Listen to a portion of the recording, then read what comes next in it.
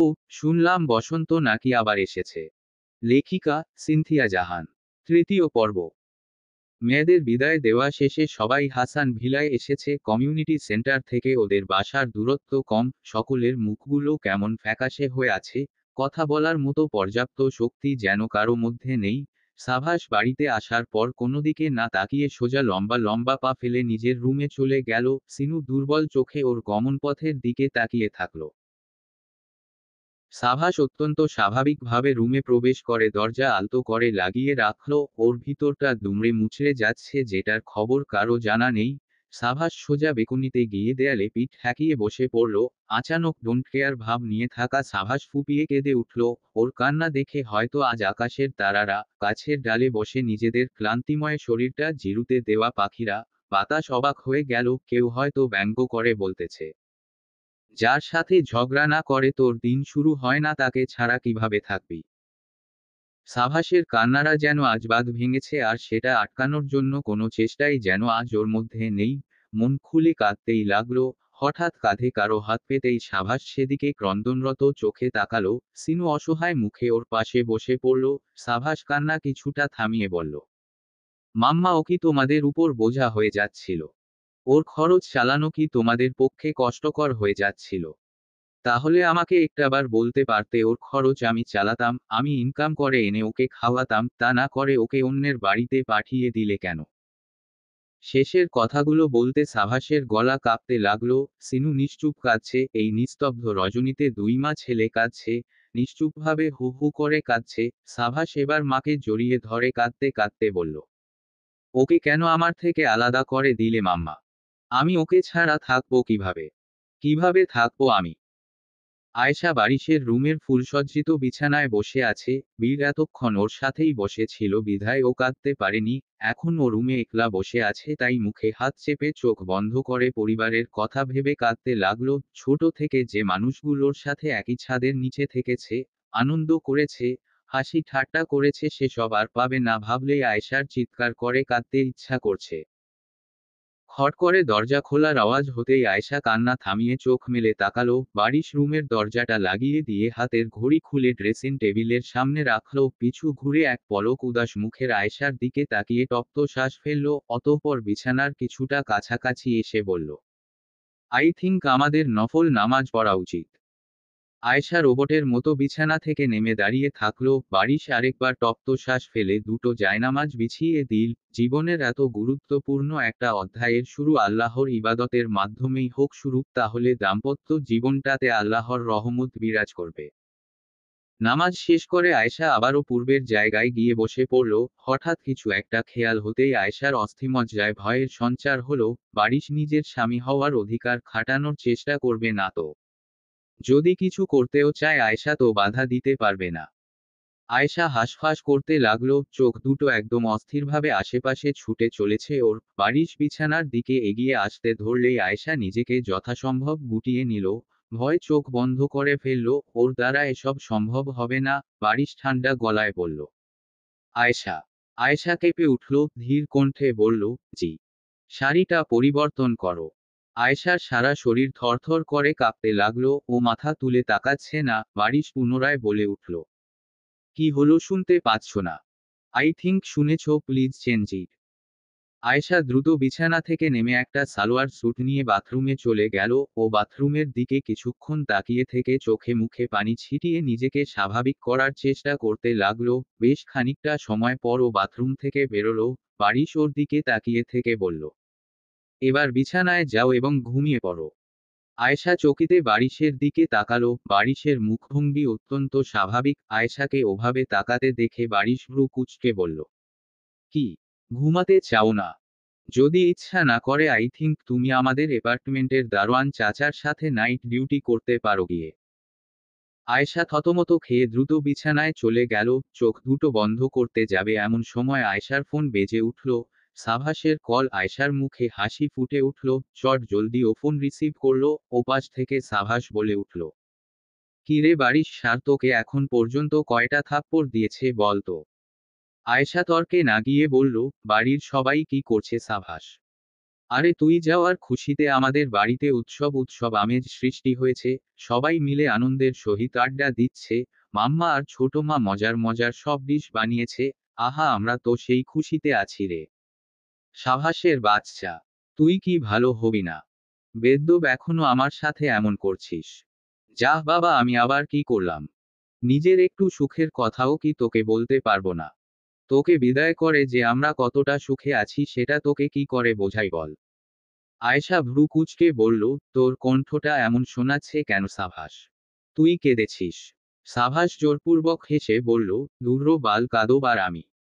তোকে কালাচাঁদের হাতে ধরিয়ে দিতে পেরে তো আমি মহাখুশি। এখন আমার মিষ্টি বউটাকে এখানে আনতে আর কোনো অসুবিধা নেই। আয়েশা হঠাৎ কেঁদে উঠে বলল, তোকে কয়লার খনিতে রেখে আসবো কিন্তু সাভাস। সাভাস নিজের কান্না বহু কষ্টে আটকে বলল, ফোন কাট বাল, তোর ভাচাকে নিয়ে ঘুমিয়ে পড়। বলে সাভাস দ্রুত ফোন কেটে দিয়ে চোখ বন্ধ করল। ওর চোখের কর্নিশ বেয়ে টপ টপ করে পানি গড়িয়ে পড়তে লাগলো। এদিকে আয়েশা ফোনটা বুকে শক্ত করে জড়িয়ে রেখে কাঁদতে লাগলো। বারিশ করুণ চোখে সেদিকে কিছুক্ষণ তাকিয়ে থেকে দীর্ঘশ্বাস ফেলল। অতঃপর রুমের লাইট অফ করে মেঝেতে শুয়ে পড়ল। আয়েশা সাভাসের সাথে কথা বলার সময়ও মেঝেতে বিছানা পেতেছিল। আয়েশা কান্নায় এতটাই মগ্ন যে আশেপাশের কিছুই খেয়াল করল না। এক পর্যায়ে কাঁদতে কাঁদতে আয়েশা ঘুমিয়ে পড়ল। বারিশ ওর দিকে মুখ করে শুয়ে আছে। জানালা দিয়ে চাঁদের আলো এসে আয়েশার মুখে পড়েছে। সেই আলোয় মায়াবী মুখশ্রীর অধিকারী নিজের সদ্য বিবাহিতা বধূর দিকে বারিশ অপলক চাহনিতে তাকিয়ে থাকল। স্বাধীনের খুব বেশি আত্মীয় স্বজন নেই এই শহরে, তাই বিয়েতেও গুটি কতেক আত্মীয় এসেছে শুধু। তুবার আচমকা এটা কাশায় স্বাধীন দিশেহারা হয়ে পড়েছিল। হঠাৎ মাথায় বুদ্ধি আসতেই ও পানির বোতলে ঘুমের ওষুধ মিশিয়ে তুবাকে খাইয়ে দিয়েছে। অন্তত আজকের রাতটা তুবার হাত থেকে বাঁচতে তো পারবে, কাল আত্মীয় স্বজনরা চলে গেলে খুব সহজেই বিষয়টা হ্যান্ডেল করা যাবে, কিন্তু এখন সম্ভব না। তুবা ঘুমন্ত অবস্থায় ফুলসজ্জিত বিছানায় নিশ্চিত মনে শুয়ে আছে, আর স্বাধীন গালে হাত দিয়ে ওর দিকে তাকিয়ে আছে এবং ক্ষণকাল পরপর দীর্ঘশ্বাস ফেলে বলতেছে, আমার বাসর, আমার বাসর। এভাবেই রাতটা কোনোভাবে কেটে গেল। স্বাধীন দম আটকে বসে আছে। তুবার ঘুম ভাঙার সাথে একটা তুলকালাম কাণ্ড হতে চলেছে। স্বাধীন মানসিকভাবে নিজেকে প্রস্তুত রাখার চেষ্টা করতে লাগলো, কিন্তু তুবাকে চোখ পিটপিট করতে দেখতেই ওর ভিতরের সব সাহস ফুস হয়ে গেল। স্বাধীন একটা টি শার্ট পরে চশমা চোখে তুবার সম্মুখে বসে আছে। অত্যধিক চিন্তিত থাকার কারণে আর সারা রাত নির্ঘুম কাটানোর দরুন স্বাধীনের চোখের নিচে কালি পড়ে গেছে। ফর্সা হওয়ায় চোখের কালিটা খুব স্পষ্টভাবেই দেখা যাচ্ছে। তুবা আড়মোড়া ভেঙে চোখ মেলে তাকাতেই চিৎকার করে উঠল। তা দেখে স্বাধীন ভীষণ ঘাবড়ে গেল। তুবা বুকে থুথু দিয়ে বলল, এভাবে সকাল সকাল ভয় দেখানোর মানে কি ছেলে? এই শেষ বয়সে এসে হার্ট অ্যাটাক করে মরতে চাই না আমি। স্বাধীন বড় করে একটা দীর্ঘশ্বাস ফেলল। তুবা নিজের ভয় কাটিয়ে উঠে হঠাৎ অবাক হয়ে বলল, আচ্ছা, আমি এখন কোথায়? আমার বউ কোথায়? তুমি কি আমাকে কিডন্যাপ করে এনেছো? স্বাধীন শীতল দৃষ্টিতে তুবার দিকে তাকিয়ে থাকলো আর মনে মনে বলতে লাগলো, যেখানে বলা উচিত আমার স্বামী কোথায় সেখানে বলছে আমার বউ কোথায়। ছি। স্বাধীনকে চুপ থাকতে দেখে তুবা উত্তেজিত হয়ে বলল, এই ছেলে, তুমি আবার মানব পাচারের সাথে জড়িত নও তো? তাহলে বলে রাখছি, আমার বউ কিন্তু আমার মতো এত ভোলাভালা না, বরং ভয়ঙ্কর ডেঞ্জারাস। যদি ও জানতে পারে তুমি আমাকে পাচার করে দিতে চাও তাহলে তোমাকে জ্যান্ত বালিচাপা দিয়ে দিবে। স্বাধীন বড় করে দীর্ঘশ্বাস ফেলে বলল, শুধু এটা শোনারই বাকি ছিল।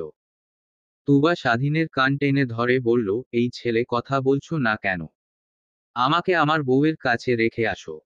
স্বাধীন হঠাৎ হেই হারিয়ে ফেলে বলল, এই চুপ অপ, আর একবার বউ বউ করলে কিন্তু। কিন্তু কি? স্বাধীন হুঁশ হারিয়ে ফেলেছিল। তুবার প্রশ্নেও হুঁশ ফিরে পেল, আমতা আমতা করে বলল, কি আর আমার দাদির শাশুড়ির কাছে তোমার, আপনার নামে নালিশ করব? তোমার দাদির শাশুড়িকে? তুবার দাদি? তুবা বিস্ফোরিত চোখে বলল, মানে তুমি আমার নাত জামাই? কিন্তু আমার নাতনির তো এখনো বিয়ে হয়নি। স্বাধীন বিড়বিড় করে বলল, আমার বউকে অবিবাহিত বলে কি সাহস? কিন্তু মুখে বলল, আপনি ভুল জানেন, আপনার নাতনির সাথে আমার গতকালকে বিয়ে হয়েছে। আর আপনি ব্যাগরা না দিলে এতক্ষণে একটা পোটলাকে দুনিয়াতে আনার ব্যবস্থাও হয়ে যেত। শেষের কথাটা স্বাধীন বিড়বিড় করে বলল, তাই তুবা কিছু শুনতে পায়নি। ও অবাক হয়ে বলতে লাগলো, আমার নাতনির বিয়ে হয়ে গেল আর আমি জানি না। এটা কিভাবে হতে পারে? বিয়ের সময় আমি কোথায় ছিলাম? দাদির শাশুড়ি আপনাকে দাওয়াত দিতে নিষেধ করেছিল তাই আপনি জানেন না, আপনাকে 2 দিনের জন্য কফিনে ভরে রেখেছিলাম আমরা। আশ্চর্য!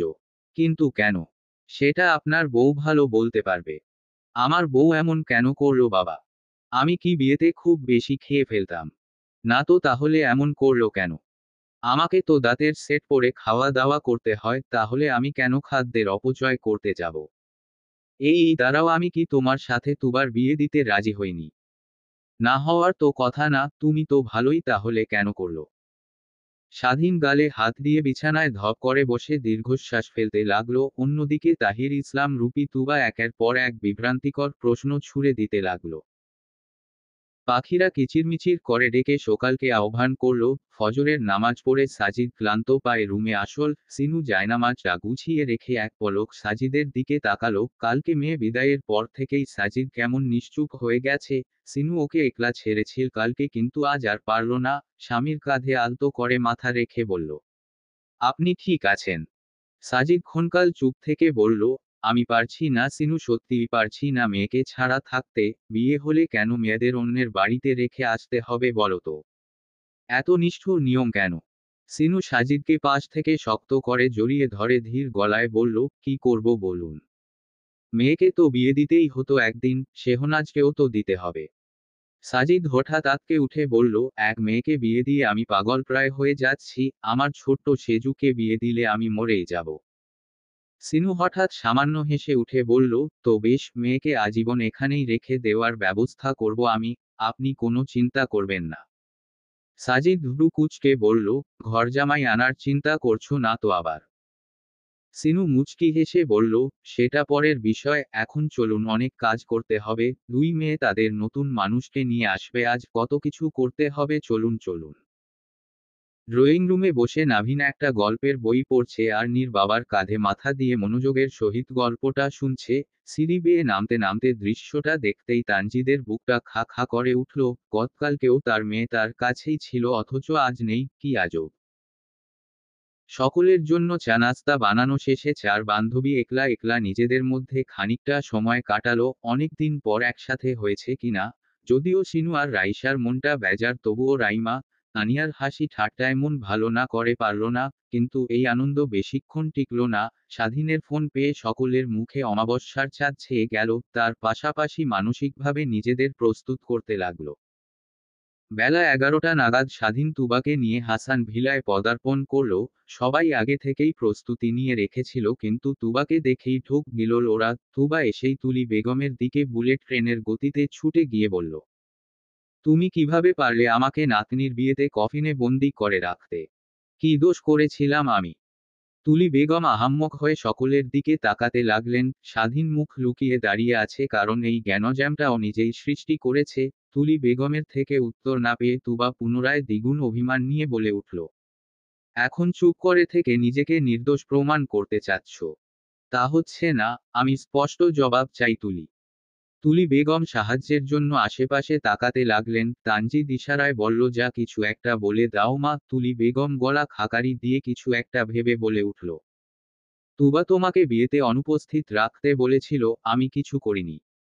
তুবা মনে হচ্ছে বড় একটা ধাক্কা খেল, হতবিহ্বল হয়ে বলে উঠল, আমার নাতনি আমার সাথে এমন আচরণ করতেই পারে না। তুমি মিথ্যা বলছো। তুবাকে আমার সামনে নিয়ে আসো, ওই বলবে কোনটা সত্যি আর কোনটা মিথ্যা। সবার মাথায় যেন বাজ পড়ল। তানজিদ কটমট দৃষ্টিতে মায়ের দিকে এগিয়ে গিয়ে বিড়বিড় করে বলল, আর কিছু বলা যেত না। এখন তুবাকে কোথা থেকে পারো হাজির করে আনো দেখি। যাও, তুবাকে নিয়ে গিয়ে ফটোকপি মেশিনে ঢুকিয়ে দিয়ে আরেকটা তুবা তৈরি করে আনো। যাও যাও। তুলি বেগম ছেলের দিকে তাকিয়ে দাঁত কেলালেন, অন্যদিকে তুবা গলা উঁচিয়ে বারবার বলতেছে, তুবা মামুনি কোথায় তুই? এসে বলে দে তো শোনা, তোর দাদি মিথ্যা কথা বলছে। তুই আমাকে এভাবে নিজের বিয়ে থেকে দূরে রাখার কথা ভাবতেই পারিস না, এসে বলে দে। সবাই একে অপরের দিকে অস্থিরভাবে তাকাতে লাগলো। হঠাৎ তুষার সকলকে ইশারা করে নিজের দিকে ডাকলো। সবাই কাছে যেতেই ও মৃদু স্বরে বলে উঠল, আমার কাছে একটা আইডিয়া আছে, তার জন্য সবার একটু সাহায্যের প্রয়োজন। সবাই সম্মতি জানাতেই তুষার নিজের আইডিয়াটা বলল। সবাই তাতে বেশ সন্তুষ্ট হলো। সাভাস হাই তুলে বলে উঠল, বাড়িতে একটা আইনস্টাইন থাকতে আমাদের এত চিন্তা কিসের? জিও তুষো। সাভাসের কথার প্রেক্ষিতে মেহমেদ সন্দিহান কণ্ঠে বলল, হোয়াটএভার, এটা কি আসলেই আমার ছেলে? তানিয়া খেকিয়ে উঠে বলল, চুপ থাকুন। আয়েশা চোখের ব্যথায় শুরুতে চোখ খুলতে না পারলেও এখন খুলতে পারছে। সারা রাত ধরে কান্না করার ফল সুদে আসলে পেয়েছে ও। বর্ষা একটা গাঢ় সবুজ রঙের শাড়ি ওকে পরিয়ে দিয়েছে। ফর্সা শরীরে শাড়িটা বেশ মানিয়েছে। বর্তমানে ও ড্রয়িং রুমে বসে চা খেয়ে মাথার ব্যথাটা কমানোর চেষ্টা করে যাচ্ছে। বারিশ টি শার্ট আপ ট্রাউজার পরে ড্রয়িং রুমে এসে আর চোখে বউয়ের দিকে তাকালো কিন্তু কিছু বলল না। আয়েশা একটু চোখ বন্ধ করেছিল তাই বারিশকে দেখতে পায়নি। চোখ খুলে সামনে ওকে দেখতেই আয়েশা শাড়ি ঠিক করে গুটিসুটি মেরে বসে থাকলো। এমন সময় বীর দৌড়াতে দৌড়াতে এসে আয়েশার কোলে বসে পড়ল। আয়েশা প্রথম দফায় হকচকিয়ে গেলেও পরমুহূর্তে হাসি হাসি মুখে বীরের গাল টেনে দিয়ে বলল, বাছা, এত জোরে কেউ দৌড়ায়? বীর অত্যন্ত ভাব নিয়ে বলল, আমি জোরে দৌড়াব না তো কে দৌড়াবে? কচ্ছপ। জানো উসাইন বোল্ট আমার শিষ্য, আমার থেকেই দৌড়ানো শিখেছে ও। আয়েশা জোরে হেসে উঠল। বারিশ আয়েশার পাশে গিয়ে ধপ করে বসে বলল, চাপা কম করে মারো, নয়তো জানোই তো আমি তোমার কি লাল করে দিতে পারি। বীরের হাসি হাসি মুখটা মুহূর্তেই নিস্তব্ধ অমানিসায় ছেয়ে গেল। অন্যদিকে আয়েশা আরো গুটিয়ে গেল। বারিশ ওর একদম কাছাকাছি এসে বসেছে, তাও কতটা স্বাভাবিকভাবে। কোনো জোরতাই দেখতে পারছে না আয়েশা ওর মুখে। বীর কিছুক্ষণ চুপ থেকে বলে উঠল, তোমাকে আজ অন্যদিনের তুলনায় অনেক বেশি সুন্দর লাগছে সুন্দরী। বারিশ গলা খাকারি দিয়ে উঠল, আর সাথে সাথেই বীর নিজেকে শুধরে নিয়ে বলল, সরি মামিমণি। আয়েশা ভ্রু কুঁচকে বারিশের দিকে তাকালো। বারিশ আপন মনে কফির কাপে চুমুক দিয়ে চলেছে। আয়েশার দৃষ্টি বারিশের থেকে অব্যাহতি পেল ফোনের কর্কশ শব্দের আওয়াজে। বীরকে কোল থেকে নামিয়ে আয়েশা ফোন রিসিভ করতেই অপর পাশ থেকে নীর বলে উঠল, আয়েশা আপু, বারিশ ভাইয়াকে নিয়ে দ্রুত আসো, এদিকে মারাত্মক ঝামেলা হয়ে গেছে। আয়েশা উত্তেজিত হয়ে বলল, কি হয়েছে নীর? বাবা অসুস্থ হয়েছে। তুমি দ্রুত আসো প্লিজ। বলে নীর ফোন কেটে দিল। সাভাস, তুষার আর শেহনাজ ওর পাশেই ছিল। সাভাস দাঁতে দাঁত চেপে বলল, নিক্কির বাচ্চা বললেই তো হতো, তুবা আবার এবনর্মাল হয়ে গেছে। অযথা বিরাট, বিশাল, মারাত্মক, ভয়ঙ্কর, প্রলয়ঙ্কারী, বিস্তৃত, ব্যাপক ঝামেলা হয়েছে বলে ওর হার্ট অ্যাটাক ধরানোর মানে কি? নীর মাথা চুলকে লজ্জিত ভঙ্গিতে হাসল। তুষার সামান্য হেসে বলল, হয়েছে কিছু বলিস না ওকে। আধা ঘন্টার পথ মাত্র 15 মিনিটেই অতিক্রম করে এসেছে বারিশ আর আয়েশা। আয়েশার চোখ টলমল। এসেই সোজা গিয়ে বাবাকে জড়িয়ে ধরে বলল, বাবা তুমি ঠিক আছো? সাজিদ হতবাক হয়ে বলল, আমার কি হবে বড় আম্মুজান? সমস্যা হয়েছে তো তুবার?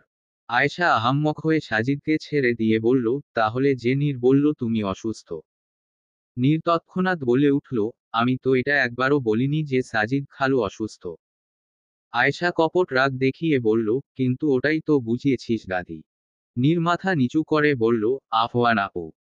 তুষার গলা খাকারি দিয়ে বলল, নীরের কথা না ভেবে তুবার কথা ভাব তো, তোকে একটা কাজ দিব। আয়েশা চোখ মুছে বলল, কি কাজ? তুই আর তুবা প্রায় একই রকম, মানে হাইট আর বডির দিক দিয়ে, তাই আমরা চাচ্ছি তুই তুবা সেজে একটু নানুরূপী তুবাকে সামলা। কিন্তু আমি কথা বললেই তো বুঝে ফেলবে। সাভাস বলে উঠল, তো চুপ থাকবি? এটাও কি বলে দিতে হবে? আগে থেকেই মাথামোটা ছিলি, এখন বিয়ের পর দেখছি আরো বেশি মাথামোটা হয়ে গেছিস। আয়েশা চোখ পাকিয়ে সাভাসের দিকে তাকিয়ে বলল, তুইও নিজের মুখটা বন্ধ রাখো। তুবা বর্তমানে তুলি বেগমের সাথে ছাদে আছে। এদিকে সবটা সামলে নিয়ে সিনু গিয়ে ওদের ছাদ থেকে ডেকে নিয়ে আসল। আয়েশার পরনে ওই সবুজ শাড়িটাই রয়েছে, তবে ঘোমটা এখন গলা বরাবর টেনে রাখা, মানে পুরো মুখ ঢেকে রেখেছে ও। তুবা এসেই ব্যস্ত হয়ে বলতে লাগলো, কোথায় আমার নাতনি? তুবা কোথায়? স্বাধীন হতাশ কণ্ঠে বলল, ওই যে গাছের রঙের মানুষটা বসে আছে আপাতত ওটাই তুবা।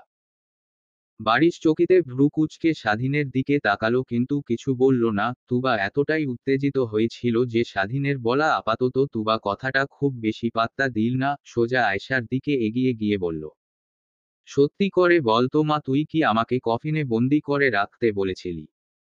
আয়েশা ডানে বামে মাথা ঘুরিয়ে না বোঝালো, তা দেখে তুবা গর্বের সহিত বলল, দেখলে আমার নাতনি এমন করেনি, তুমি আমাকে হিংসা করে বন্দি করে রেখেছিলে তুলিচ্ছি। বুড়ো বয়সে এসে এসব করতে তোমার দম আটকালো না। তুলি বেগম আগে থেকেই মনে মনে উত্তর সাজিয়ে রেখেছিলেন, তাই তৎক্ষণাৎ বলে উঠলেন, হ্যাঁ মিথ্যা বলেছি, আর কফিনেও বন্দি করে রেখেছিলাম তো। কি করবেন আমাকে? বিয়েতে অনেক বুড়ি বুড়ি মহিলা এসেছিল, তাই আপনাকে লুকিয়ে রেখেছিলাম, আপনার উপর কোনো দাঁত থাকা বুড়ি নজর দিক আমি সেটা চাইনি। তুবা হঠাৎ লাজুক হেসে বলল, আহা তুলি, তুমিও না এখনো আমাকে এত ভালোবাসো? সবাই আহাম্মক হয়ে তুবার দিকে তাকিয়ে থাকলো, অন্যদিকে স্বাধীন কপালে হাত রেখে দীর্ঘশ্বাস ফেলতে ফেলতে বিড়বিড় করে বলল, এই প্রশ্নটা করা উচিত ছিল আমাকে। কিছুক্ষণ শান্ত পরিবেশ, হঠাৎ কিছু একটা স্মরণ হতেই তুবা ভ্রু কুঁচকে বলল, 1 মিনিট, তুবা ওভাবে গায়ে মাথায় কাপড় দিয়ে আছে কেন? আর কথাই বা বলছে না কেন? আয়েশা ঘোমটার নিচে ঘামতে লাগলো, যদি কোনোভাবে ঘোমটাটা তুলে ফেলে তাহলেই তো সব শেষ। সবাই যখন দিশেহারা তখন সাভাস বাদাম খেতে খেতে বলল, প্রথমবার বিয়ে করেছে তো তাই লজ্জায় মুখ দেখাতে পারছে না, ওর লজ্জা কাটতে কাটতে 1 বছর অন্তত লেগে যাওয়ার কথা। আরও এতটাই লজ্জা পেয়ে আছে যে বাংলা ভাষা ভুলে গেছে, ও কথা বললেই কেমন চাইনিজ ভাষার ফিল পাওয়া যাচ্ছে, তাই নিজেদের কানকে অত্যাচারের হাত থেকে বাঁচানোর জন্য ওকে চুপ থাকতে বলেছি। হাসান ভিলেকে বাইরে থেকে যেমনটা শান্ত দেখাচ্ছে ভিতরে ঠিক ততটাই গরম হয়ে আছে। সাভাসের কথায় সবাই বেশ ক্ষেপে গেল ওর উপর, কিন্তু তুবা যখন ওর কথাটাকে পাত্তা দিল না তখন সবাই সাভাসকে ক্ষণিকের জন্য মাফ করে দিল। তুবা সাভাসের কথাকে হেসে উড়িয়ে দিয়ে বলল, তুই আর ভালো হবি না রে সাভাস। সব সময় একটা বাজে কথা না বললেই নয়, তাই না? সাভাস বিড়বিড় করে বলল, আমাকে নাম ধরে ডাকার সাহস কোথায় পেলি তুবার বাচ্চা? শুধু তুই নর্মাল হ, তোকে দেখাবো মজা। তুবা ক্ষণকাল চুপ থেকে বলে উঠল, বাবা তুমি এসে তোমার বউয়ের পাশে বসো দেখি, তোমাদের দুজনকে একটু মন ভরে দেখি। বাড়ির সাথে সাথেই গলা খানিকটা উঁচিয়ে বলল, না, স্বাধীন বসতে পারবে না ওর পাশে। এত চিন্তার মধ্যেও সবাই মুখ লুকিয়ে হাসল। তুবা অবাক হয়ে বলল, কেন বসতে পারবে না? বাড়ির থতমত খেয়ে গেল, কি উত্তর দেওয়া উচিত ওর। কিছুক্ষণ চুপ থেকে মনে মনে উত্তর সাজিয়ে নিয়ে ও গলা খাকারি দিয়ে বলে উঠল, আই থিঙ্ক বড়দের সামনে ওদের একসাথে না বসাই ভালো, বিষয়টা কেমন হয়ে যায়। তুবা মাছি তাড়ানোর মতো করে বলল, তো আমাকে কি তোমার কচি খোকা মনে হচ্ছে? এখানে সবচেয়ে প্রবীণ ব্যক্তি আমি, তাই কোনো সমস্যা হবে না। কথাটা বলে তুবা গিয়ে স্বাধীনের হাত ধরে ওকে আয়েশার পাশে এনে বসিয়ে দিল। তৎক্ষণাৎ বারিশ ওদিকে এসে স্বাধীনের কানে কানে ফিসফিস করে বলল, আমার বউয়ের শরীরে যদি সুই পরিমাণ স্পর্শ লাগে তাহলে তোমার বউকে আমি ম্যানহোলে ফেলে দিয়ে আসব। স্বাধীনও ফিসফিস করে সাথে সাথেই উত্তর দিল, তার দরকার পড়বে না, কারণ তোমার বউ চশমা পরে না যে আমি তার সাথে মাখো মাখো সম্পর্ক বানাতে যাব। বারিশ ওর কথার মানে বুঝল না, তাই ওর ভ্রু কুঁচকে গেল। হঠাৎ আয়েশা ধীর কণ্ঠে বলে উঠল, এই আপনারা তখন থেকে কি ফুসুর ফুসুর করছেন? তুবা যদি বুঝে ফেলে তখন কি হবে? বারিশ স্যার, আপনি দূরে যান। বারিশ গম্ভীর মুখে অনিচ্ছা সত্ত্বেও অন্যদিকে চলে গেল, যদিও ওর কঠিন দৃষ্টি তুবা আর স্বাধীনের উপরই নিবন্ধ। স্বাধীন এক পলক তুবার গদগদ হওয়া মুখটার দিকে তাকিয়ে দীর্ঘশ্বাস ফেলে মনে মনে বলল, এটাই হয়তো পৃথিবীর প্রথম বউ যে কিনা নিজের স্বামীকে অন্য একটা মেয়ের পাশে বসিয়ে খুশিতে বাকবাকুম হয়ে গেছে। ছ্যাঃ। তুবা মুগ্ধ নয়নে ওদের দুজনের দিকে তাকিয়ে থাকলো, কিছু একটা ভেবে ওর ভ্রু কুঁচকে গেল, কাট কাট গলায় বলে উঠল, আজব, তোমরা এত দূরে দূরে বসে আছো কেন? লজ্জা পেতে হবে না, একটু কাছাকাছি বসো, তোমারই তো বউ নাকি। বারিশ গম্ভীর স্বরে বলে উঠল, খবরদার না। আই থিঙ্ক এটা অতিরিক্ত হচ্ছে। তুবা কপাল কুঁচকে বলল, তোমার কি সমস্যা বলো তো? বারবার আপত্তি করছো কেন? উত্তেজিত হয়ে কথাটা বলে তো ফেলেছে ও, কিন্তু এখন কি জবাব দিবে? বারিশ চুপ করে থাকলো, ওর ভীষণ রাগ হচ্ছে তাই মনে মনে কোনো উত্তর ভাবতে পারছে না। তা দেখে তুবা পুনরায় বলে উঠল, এই ভালো কথা, তুমি কে? তোমাকে তো কোনোদিন দেখিনি। এবার সাজিদ শান্ত স্বরে বলে উঠল, ও আমার বড় আম্মুজানের স্বামী, কাল তুবার পাশাপাশি আয়েশারও বিয়ে হয়েছে। মেহমেদ সাজিদের পাশেই দাঁড়িয়ে ছিল, ও সাজিদের কানের কাছে মুখ নিয়ে বলল, বাহ সাব্বাস হোয়াটেভার, এবার আয়েশাকে হাজির করতে বললে তুই কাকে ধরে আনিস সেটাই দেখবো আমি। এবার তো আমার ছেলেও কোনো বুদ্ধি দিতে পারবে না। সাজিদের কপালে আসলেই চিন্তার ভাঁজ পড়ে গেল। ওদের চিন্তাকে সত্য করে দিয়ে তুবা বলে উঠল, তা আয়েশা মাকে দেখছি না যে কোথায়ও। বারিশের এমনিতেই মেজাজ খারাপ হয়ে আছে, তুবার প্রশ্ন শুনে সেটা আরো বেড়ে গেল। ও অত্যন্ত গম্ভীর গলায় বলে উঠল, আমার বউকে আমি লুকিয়ে রেখেছি যেন কেউ ছিনিয়ে নেওয়ার চেষ্টা না করে, বুঝেছেন? তুবা সন্দিহান দৃষ্টিতে বারিশের দিকে তাকাতেই রাইমা বলে উঠল, আরে তুবা ধুর্র আঙ্কেল, আপনি আয়েশার কথা বাদ দিন। আয়েশা কিছু কাজের জন্য ভার্সিটিতে গিয়েছে, কাজ হলেই চলে আসবে। তুবা অবাক হয়ে বলল, বিয়ের পরের দিনই ভার্সিটিতে যাওয়ার কি প্রয়োজন ছিল? রাইমা এবার কথা হারিয়ে ফেলল। বউকে দ্বিধান্বিত হতে দেখে নাভিন স্বাভাবিক কণ্ঠে বলল, ইয়ার চেঞ্জ পরীক্ষা সন্নিকটে, তাই বিয়ের দিন হলেও ভার্সিটি মিস দেওয়া যাবে না। I hope you can understand. Tuba হেসে উঠে বলল, ভার্সিটির অন্যতম লেকচারার যখন বলেছে তাহলে ঠিকই বলেছে, আর ইংরেজিতে বলেছে মানে তো 100% ঠিক বলেছে। না চাইতেও সবাই সামান্য হাসল, কিন্তু বারিশের মুখ গম্ভীর, ওর দৃষ্টি স্বাধীন আর আয়েশার মধ্যবর্তী দূরত্বের দিকে। পরিবেশ কিছুটা নীরব হওয়ার পর তুবা বলে উঠল, স্বাধীন বাবা, তুবার কাঁধে হাত রাখো তো, আমি তোমাদের একটা ছবি তুলে রাখি। বুড়ো হয়েছি বলে ভেবো না যে আমি ছবি তুলতে পারবো না। বারিশ আর সহ্য করতে পারল না, বজ্রনিনাদ করে বলে উঠল, যথেষ্ট হয়েছে, আর বরদাস্ত করব না আমি। এসব বন্ধ করুন। আই থিংক এখানেই এসব বন্ধ না করলে আমি যা কিছু করে দিতে পারি। তুবা কপট রাগ দেখিয়ে বলল, এই নতুন জামাই তোমার সমস্যা কি বলো তো? এমনভাবে রিয়েক্ট করছো যেন এটা তোমার বউ। একে ওর বউকে ওর কাছে এনে দাও তো, পেড়া বউয়ের শোকে কাতর হয়ে গেছে। আয়েশা ঘোমটার নিচে ক্রমাগত রাগে গোজগোজ করতেছে, ও দাঁতে দাঁত চেপে বিড়বিড় করে বলতে লাগলো, সাভাসের পাশাপাশি আরও একজনকে কয়লার খনিতে রেখে আসতে হবে দেখছি। বারিশ বহুকষ্টে নিজের রাগ নিয়ন্ত্রণে আনলো, কিন্তু অন্য একজন বেশ ক্ষেপে গেছে বোঝাই যাচ্ছে। তুলি বেগম খেকিয়ে উঠে বললেন, এই বুড়ো অনেক হয়েছে নাটক, বাচ্চারা ক্লান্ত, ওদের একটু রেহাই দিন, নয়তো আপনার এমন হাল করব যে কাউকে মুখ দেখানোর মতো অবস্থায় থাকবেন না। তুবা এবার দমে গেল, অসহায় মুখে ছেলে আর ছেলের বউয়ের দিকে তাকালো। তানজিদ আর রাইসা চিন্তিত মুখে একপাশে দাঁড়িয়ে আছে। ওরা তুলি বেগমকে ইশারায় কিছু বলতেই উনি তুবাকে টেনে গেস্ট রুমের দিকে চলে গেলেন। তুবা চলে যেতেই আয়েশা ঘোমটা তুলে জোরে জোরে শ্বাস নিতে লাগলো।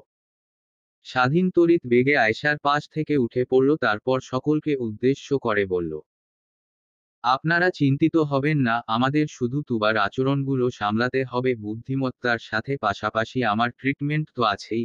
আশা করছি অন্যবারের তুলনায় এবার আরও তাড়াতাড়ি তুবাকে নর্মাল করতে পারবো আমরা ইনশাআল্লাহ। সবাই সম্মতি জানালো, আর স্বাধীন বিড়বিড় করে বলল, নর্মাল তো হতেই হবে, কারণ আমার বাসর এখনো বাকি রয়েছে। বিছানার ফুলগুলো মনে হয় শুকিয়েই গেল রে। সবাই দীর্ঘশ্বাস ফেলে যে যার ঘরের দিকে চলে যেতে লাগলো। সকলের একটু বিশ্রাম নেওয়া অতীব জরুরি। স্বাধীন ধীর পায়ে বারিশের দিকে এগিয়ে গিয়ে বলল, ব্রাদার রিল্যাক্স, আমি তোমার বিষয়টা বুঝতে পারছি। তোমার জায়গায় আমি থাকলেও ঠিক একই কাজটাই করতাম, কিন্তু কি করার আছে। একটু কোঅপারেট করো। বারিশ বড় করে একটা শ্বাস ফেলে বলল, ওকে, কিন্তু আমার বউকে নিয়ে টানা হেঁচড়া আমি সহ্য করব না ব্রাদার। স্বাধীন মুচকি হেসে বলল, ওকে ব্রাদার, বুঝেছি। স্বাধীন চলে গেল। বারিশ কিছুপল আয়েশার দিকে তাকিয়ে থেকে দোতলায় চলে গেল। কাল রাতে খুব একটা ঘুম হয়নি ওর, একটু বিশ্রাম প্রয়োজন। সাভাস এখনো বাদাম খাচ্ছে। ও তো রাগ করে আয়েশার পাশে বসে টিটকারি দিয়ে বলল, মাচাকে কিভাবে পটালি রে? তোকে স্বাধীন ভাইয়ার সাথে দেখে যা জ্বলছিল না। আজকের বিনোদনটা দারুণ লাগলো। আয়েশা চোখমুখ কুঁচকে বলল, ও সব জলাটলা কিছু না, কাল রাতে মেঝেতে ঘুমাতে হয়েছিল জন্যে আজ অল্পতেই ক্ষেপে যাচ্ছিল। কি রে, তুই বারিশ স্যারকে মেঝেতে ঘুমাতে দিয়েছিলি? যার রুম, যার বিছানা তাকেই নিচেতে ঘুমাতে হয়েছে। ছি, এসব অনাচার মেনে নেওয়ার মতো না। এতই যখন দরদ উতলে পড়ছে তাহলে নিজের রুমে নিয়ে গিয়ে ঘুম পাড়িয়ে দে যা। সাভাস ডোন্ট কেয়ার ভাব নিয়ে বলল, সর বাল, আমার বউয়ের জায়গা তোর ভাচাকে দিতে পারবো না। আয়েশা বিরক্তি মাখা মুখে নিজের রুমে এসে দরজা বন্ধ করে দিল, কিন্তু বিছানায় ঘুমন্ত মানুষটার দিকে চোখ পড়তেই ওর ভ্রু কুঁচকে গেল। বারিশ কপালে হাত রেখে চোখ বন্ধ করে ঘুমাচ্ছে। আয়েশা ত্রস্ত পায়ে সেদিকে এগিয়ে গিয়ে বলল, এই আপনি আমার বিছানায় শুয়েছেন কোন সাহসে? বারিশ অলরেডি গভীর ঘুমে তলিয়ে গেছে, তাই আয়েশার কথা ওর কানে গেল না। আয়েশা বেশ কয়েকবার বলার পরও যখন কোনো জবাব পেল না, তখন ও হুঁশ জ্ঞান হারিয়ে বারিশকে ঝাঁকাতে লাগলো। এক পর্যায়ে ঝাঁকাতে ঝাঁকাতে আয়েশা বারিশকে বিছানা থেকে নিচে ফেলে দিল। অবশ্য আয়েশা সেটা ইচ্ছা করে করেনি, ও হতভম্ব হয়ে জিহ্বায় কামড় দিল। বারিশের ঘুম ছুটে গেছে, ও আর্তনাদ করে বলে উঠল, আল্লাহ, ভূমিকম্প এসেছে নাকি? বারিশ চট জলদি মেঝে থেকে উঠে দরজার দিকে দৌড়াতে লাগলো। আয়েশা আহাম্মক হয়ে সেদিকে তাকিয়ে আছে। বারিশ সত্যি সত্যি রুম থেকে বেরিয়ে গেছে ভূমিকম্প হচ্ছে ভেবে। কিছুক্ষণ পর বারিশ মাথা চুলকাতে চুলকাতে রুমে প্রবেশ করে বলল, ভূমিকম্প তো ছিল না, তাহলে পড়লাম কিভাবে? হঠাৎ আহাম্মক হয়ে সামনে দাঁড়িয়ে থাকা আয়েশার দিকে চোখ যেতেই ও ওর প্রশ্নের জবাব পেয়ে গেল। বারিশ কটমট চোখে ওর দিকে তাকিয়ে বলল, তুমি আমাকে ফেলে দিয়েছো তাই না? আয়েশা নিজের হতভম্ব ভাব কাটিয়ে গলা খাকারি দিয়ে বলল, আমার রুমে কি করছেন আপনি? তার চেয়েও বড় কথা, আমার বিছানায় শুয়েছেন কোন সাহসে? তোমার রুমের বিছানায় ঘুমাবো না তো শ্বশুর শাশুড়ির রুমে গিয়ে বসে থাকবো ব্যাককল? কাল রাতে তুমি যে আমার বিছানায় হাত পা ছড়িয়ে নাক ডেকে ডেকে ঘুমালে, আমি কি কিছু বলেছি? আয়েশা রেগে গিয়ে বলল, কে নাক ডাকে? মিথ্যা অপবাদ দিচ্ছেন কেন? আমি মিথ্যা কথা বলি না, আর হ্যাঁ, আমাকে ফেলে দেওয়ার শাস্তি হিসেবে তোমাকে আমি ইয়ার চেঞ্জ পরীক্ষার আগ পর্যন্ত সকাল বিকাল পড়াশোনা করাবো, এবার দেখবো কি করো তুমি। আয়েশার মুখটা এক চুটকিতেই ফ্যাকাশে হয়ে গেল, করুণ কণ্ঠে বলতে লাগলো, আমি বিছানায় শুই আর আপনি আমাকে বিছানা থেকে ফেলে দিন, শোধবোধ হয়ে যাবে, তবুও আমাকে পড়াশোনার মতো এত অশ্লীল কাজ করতে বলবেন না বারিশ স্যার। গেস্টরুমে না গিয়ে তুলি বেগম আর তুবা নিচতলার একটা রুমে বসে আছে, কারণ গেস্টরুম তিনতলায়। ওখানে ওঠার মতো শক্তপোক্ত হাড়হাড্ডি তুলি বেগমের শরীরে নেই। জোর করে উঠতে গেলে মরমর করে ভেঙে যাওয়ার সম্ভাবনা প্রবল। তুবা মনোযোগ দিয়ে একটা খবরের কাগজ পড়ছে। এই বর্তমান সময়ে খবরের কাগজ খুব বেশি দেখা যায় না। একটা পুরাতন খবরের কাগজ দেখে সেটা তুলি বেগম তুবাকে পড়তে দিয়েছে, কারণ তাহির ইসলাম খবরের কাগজ পড়ার সময় দিন দুনিয়া ভুলে থাকে। অবশ্য খবরের কাগজটা পুরাতন হওয়ায় আরও একটা লাভ হয়েছে, কারণ তাহির ইসলাম তুবা যদি দেখে সাল 2048, তাহলে বিশাল ঝামেলা শুরু হয়ে যাবে। হঠাৎ করে তুলি বেগম একদৃষ্টিতে তুবার দিকে তাকিয়ে থাকলেন। হঠাৎ উনার তাহির ইসলামের কথা খুব মনে পড়ছে। তুবাকে হঠাৎ তাহির ইসলাম মনে হচ্ছে উনার কাছে। স্বামীকে বড্ড ভালোবাসতেন তিনি। সব সময় দোয়া করতেন যেন নিজের জীবদ্দশাতে স্বামীর মৃত্যু দেখতে না হয়, কিন্তু আল্লাহ অন্য কিছুই ভাগ্যে রেখেছিল উনার। তুলি বেগমের চোখ ঝাপসা হয়ে গেল। সেই কালো দিনের কথা মনে পড়ে গেল, যেদিন তাহির ইসলাম সকলকে বুড়ো আঙ্গুল দেখিয়ে আল্লাহর কাছে চলে গিয়েছিল। তুবার আওয়াজে উনি ঘর থেকে বেরোলেন। আচ্ছা তুলি, আমি চশমা ছাড়াই লেখাগুলো এত স্পষ্টভাবে কেন দেখছি বলো তো? আমার চোখ হঠাৎ ভালো হয়ে গেল কিভাবে? কথাটা বলতে বলতে তুবা তুলি বেগমের দিকে তাকাতেই চুপ করে গেল। তুলি বেগম দ্রুত নিজের চোখের পানি মুছে নিল। তা দেখে তুবা বলে উঠল, আরে, আমাকে সবার সামনে ধমক দিয়েছো জন্য খারাপ লাগছে। সমস্যা নেই, আমি মাফ করে দিয়েছি। তুলি বেগম গলা খাকারি দিয়ে বললেন, আমার বয়েই গেছে, সেজন্য মন খারাপ করতে। আপনাকে তো আরও কয়েকটা হিংস্র ধমক দেওয়া উচিত ছিল আমার। তুবা আফসোসের সুরে বলে উঠল, আমাকে একটুও ভালোবাসো না তুমি, সব সময় এমন করতে থাকো। তুলি বেগম হঠাৎ তুবার অস্তিত্বের কথা ভুলে গিয়ে ওকে তাহির ইসলাম ভেবে ওকে জড়িয়ে ধরে বলতে লাগলেন, আমার ভালোবাসা নিয়ে প্রশ্ন তুলবেন না প্লিজ। আমি আমাদের সাংসারিক জীবনে কখনোই আপনাকে অসম্মান করে কথা বলিনি, কিন্তু বুড়ো হওয়ার পর থেকে আপনার বেহুদা কাজ কারবার দেখে না চাইতেও ধমক দিয়ে ফেলি। তুবা তুলি বেগমের পিঠে হাত রেখে মুচকি হেসে বলল, আমি জানি তো আমার বউ সব থেকে বেস্ট। আমার বাচ্চাদের কত সুন্দর শিক্ষা দিয়ে বড় হয়েছে। আমাদের তানজিদ আর তানিয়ার শিক্ষার প্রতি আঙুল তোলার মতো একটা মানুষও পাবো কিনা সন্দেহ। তুলি বেগমও হাসলেন সামান্য। কিছুক্ষণ ঠান্ডা আর ভালোবাসাময় পরিবেশ বিরাজমান থাকল, কিন্তু পর মুহূর্তে তুলি বেগম মুখ ভেঙচি কেটে বললেন, কিন্তু দোষ তো বুড়ো আপনার, সব সময় শুধু ঝামেলা তৈরি করতে থাকেন। তুবার হাসি হাসি মুখটা মিলিয়ে গেল, থমথমে মুখে বসে থাকলো। হঠাৎ কিছু একটা মাথায় আসতেই ও বলে উঠল, আচ্ছা ভালো কথা, আমি আমার নাতজামাইয়ের ঘরে কি করছিলাম বলো তো? যেখানে তুবার থাকার কথা সেখানে আমি কি করছিলাম? তুবা তখন কোথায় ছিল? আর আজকে তুবা মুখ ঢেকে রেখেছিল কেন? আর কথাই বা বলল না কেন? তুলি বেগম হরবর করে তুবার থেকে সরে গেলেন, উনার মুখে চিন্তার ছাপ। এসব প্রশ্ন স্বাভাবিকভাবে আসবেই, সেটা অস্বীকার করার কোনো কারণ নেই, কিন্তু এগুলোর উত্তর দেওয়া তো তার মতো মর্মর বুড়ির মাথায় আসার কথা না। লজিক্যাল কোনো উত্তর খুঁজে না পেয়ে তুলি বেগম খেকিয়ে উঠে বললেন, জানেন কি জন্য ওখানে ছিলেন আপনি? জানেন কি জন্য? তুবা তৎক্ষণাৎ জবাব দিল, না জানি না।